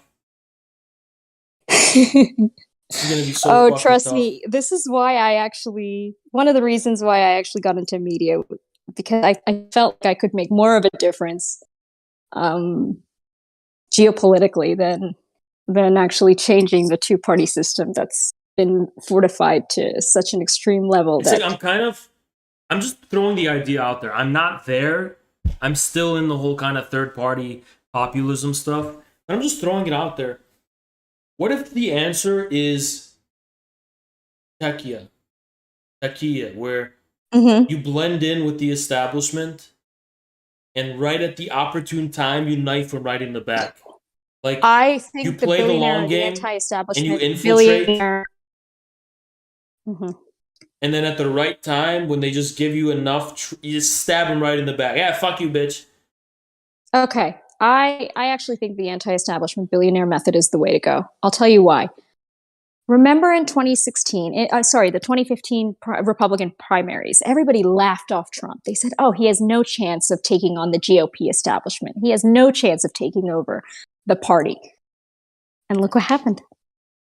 That could be replicated on a national federal level.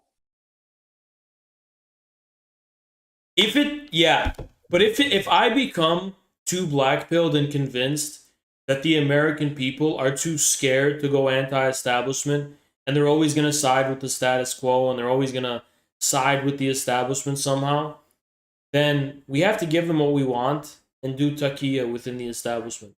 Okay, So, well, let's look at which bases have the most anti-establishment populist energy right now. we know it's MAGA. That's the key. I mean, there's no hope with leftists because... But I feel like they're being led like sheep to the slaughter. I mean, all these kind people... of like what happened to progressives in 2018. Yeah. Interesting. They're being led like sheep to the slaughter. Okay, so get this. I just looked up the actual vote. So in 2016, 6% of Americans voted third party, and then in 2020, it plummeted to 1.8%. So it went from 6% to 1.8%. I mean, that's a significant drop. Yeah. Because all of the people that decided, oh, I'm never going to vote for Hillary, I'm going to vote for Jill Stein or Gary Johnson, they all voted for Biden in 2020. So there was no like ideological issue with Hillary Clinton, considering the fact that they voted for Biden later on. It was just anger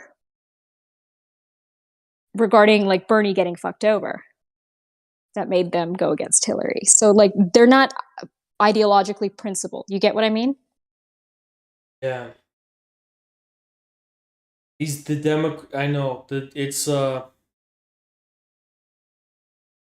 And I think one of the biggest problems that we're going to face is progressives. Progressives are we know that they're the vanguard of our enemy. They're not just that, but if you look at it, the Congressional Progressive Caucus is the largest caucus in the Democratic Party. They've taken over the Democratic Party.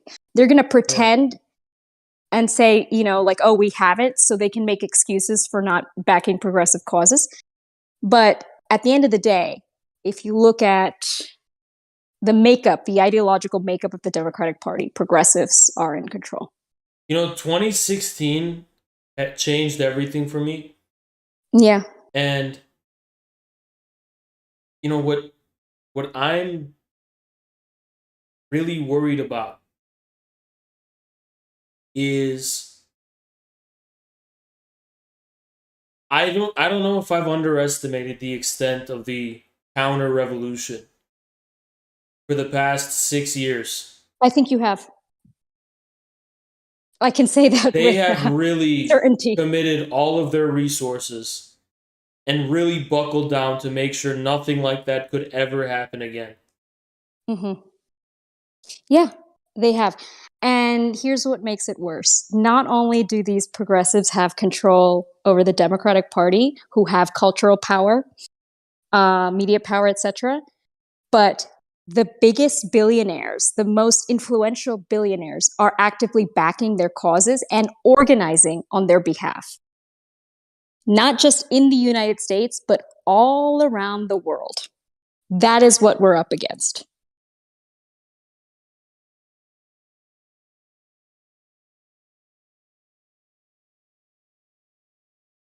Yeah. That's It's why I just just so don't think fucking crazy. Like, that's why I don't think we can compare it to any other historical situation because like only a cult can like survive the media machine.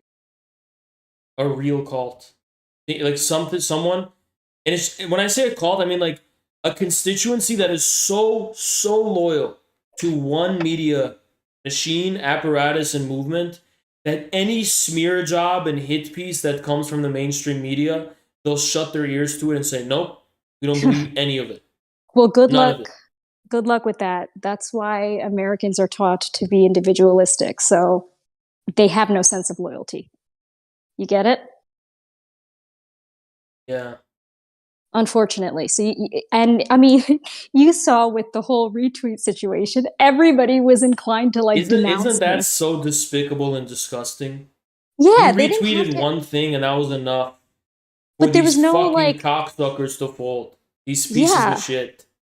I was really upset. Like, I didn't address any of the denunciations in public, but People I mean, wonder why we reacted the way we did to their response. It's because mhm. we're looking at that as a microcosm for like how would you react if we actually started to get power and challenge the status quo and field candidates and shit, and they do all these hit pieces and astroturf smear jobs. I mean, you would fold and you would crack like an egg, right? And it's Yeah, like, how do exactly the we? example that you mentioned, right? Like, oh, we need a cult like movement. They're just going to shut down all of these smears immediately and turn a blind eye to it. But I mean, the Aztec retweet situation was, I think the perfect example of why that's just not possible. I think it is possible. Maybe not the cult, but I think here's my optimism is that I look at how media works in Russia and China, Mm-hmm. and I see that people don't really believe in this kind of neutral information chaos where it's like everyone knows that behind every stream of information lies an agenda. Right. And the Right. problem right now, what's going on in America is that it seems like there's this chaos of streams of information that everyone just assumes is part of one continuous reality.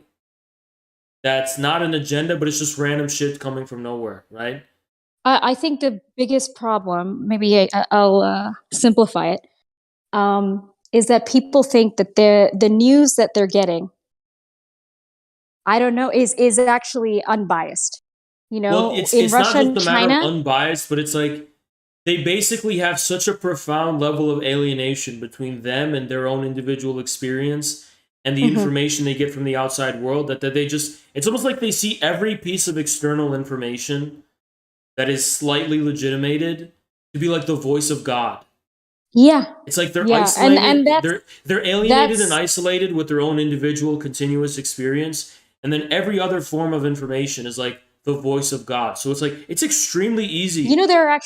there are actual studies on this that you can Yeah, read. I know how I it mean, works. yeah, it's crazy. I mean, the way you put it, but it's actually disappointing. Well, the But thing the is worst that the thing that optimism that I'm getting though is that I don't think it's sustainable. You are you know, sure? Are you yes, sure? because a divided house cannot stand, and a divided Okay. infosphere cannot stand. Where like we can't just have one neutral infosphere with because I see it's like for example, look at just the difference between infrared and anti-infrared people. Mm-hmm. Two different streams of information. Both of us believe we're correct. I mean, they genuinely think they're correct. We believe Mm-hmm. we're correct. Who's right? What is the truth, right? Well, the truth Mm-hmm. is, depending on who you're already loyal to. And also, there is a real truth if you take time to investigate it. They are the Right. Why? Yeah, liars. we're not taught to investigate and conclude what is the objective truth, but there is an objective truth, and the problem is Americans believe that there is no objective truth. Yeah. Another lived experience sort of flaw, if you get what I mean. Right? If everyone, I mean, I guess on a personal level, if everyone has their own lived experiences and they're equally as valid as the truth, there is no objective truth, right?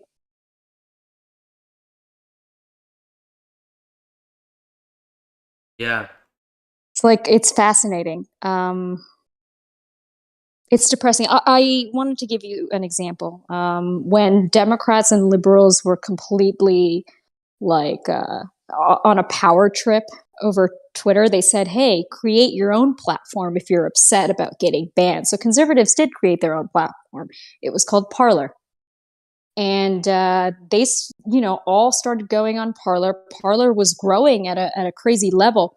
And then one tweet from AOC got Parler removed from the App Store, from both the Google App Store and the Apple App Store.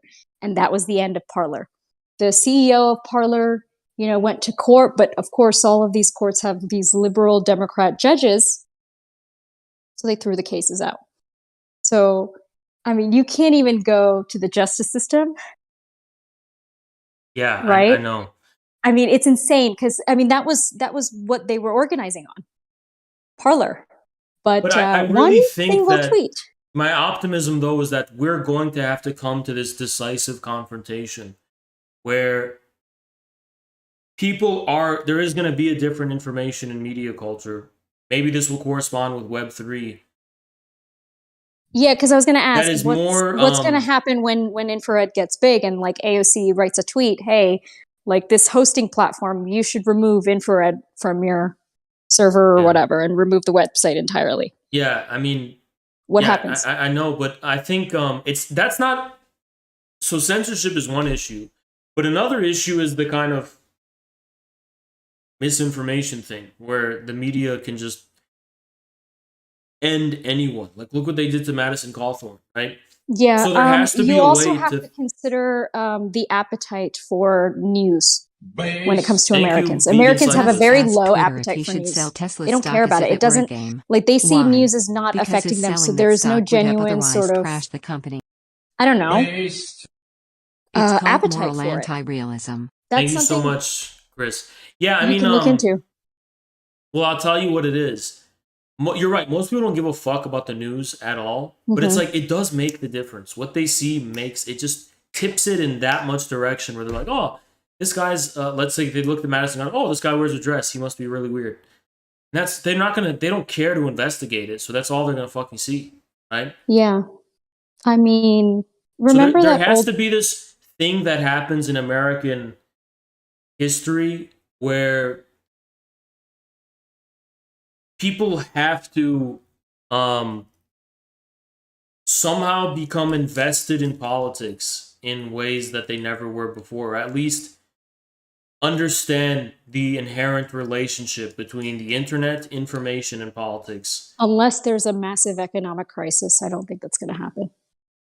Well, I think it will. I think it is kind of inevitable that will happen, and the It reason didn't happen during the Great Recession. no, that's fine. There wasn't even the platform information thing at that point. It was still just mainstream media. Yeah, it was more open. The internet was more open back then. Yeah.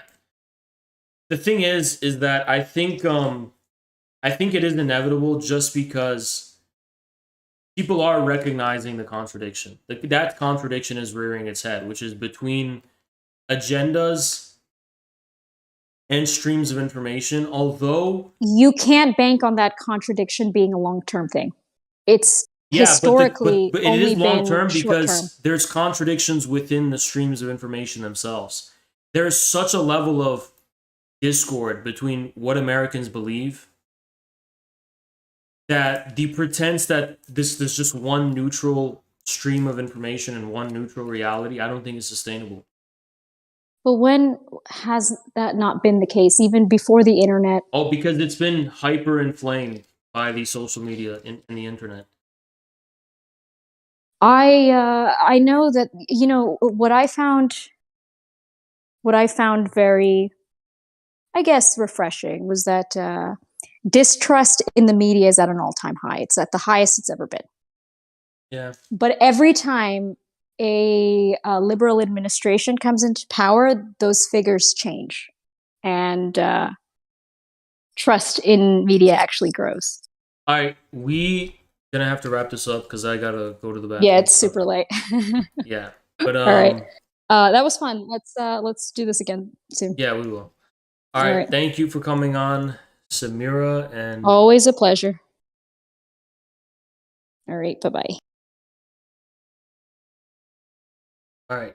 All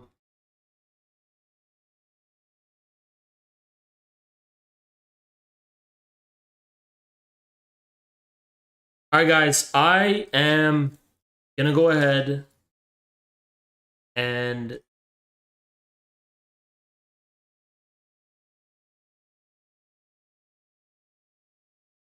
I'll see you guys tomorrow. Hey, I just want to say goodbye. Goodbye to the people who hated on me. Goodbye to the people who loved me. Goodbye to the people who trusted me. Goodbye, goodbye to everybody. Goodbye to the people who hated on me. Goodbye to the people who loved me. Goodbye to the people who trusted me. Goodbye, goodbye to everybody.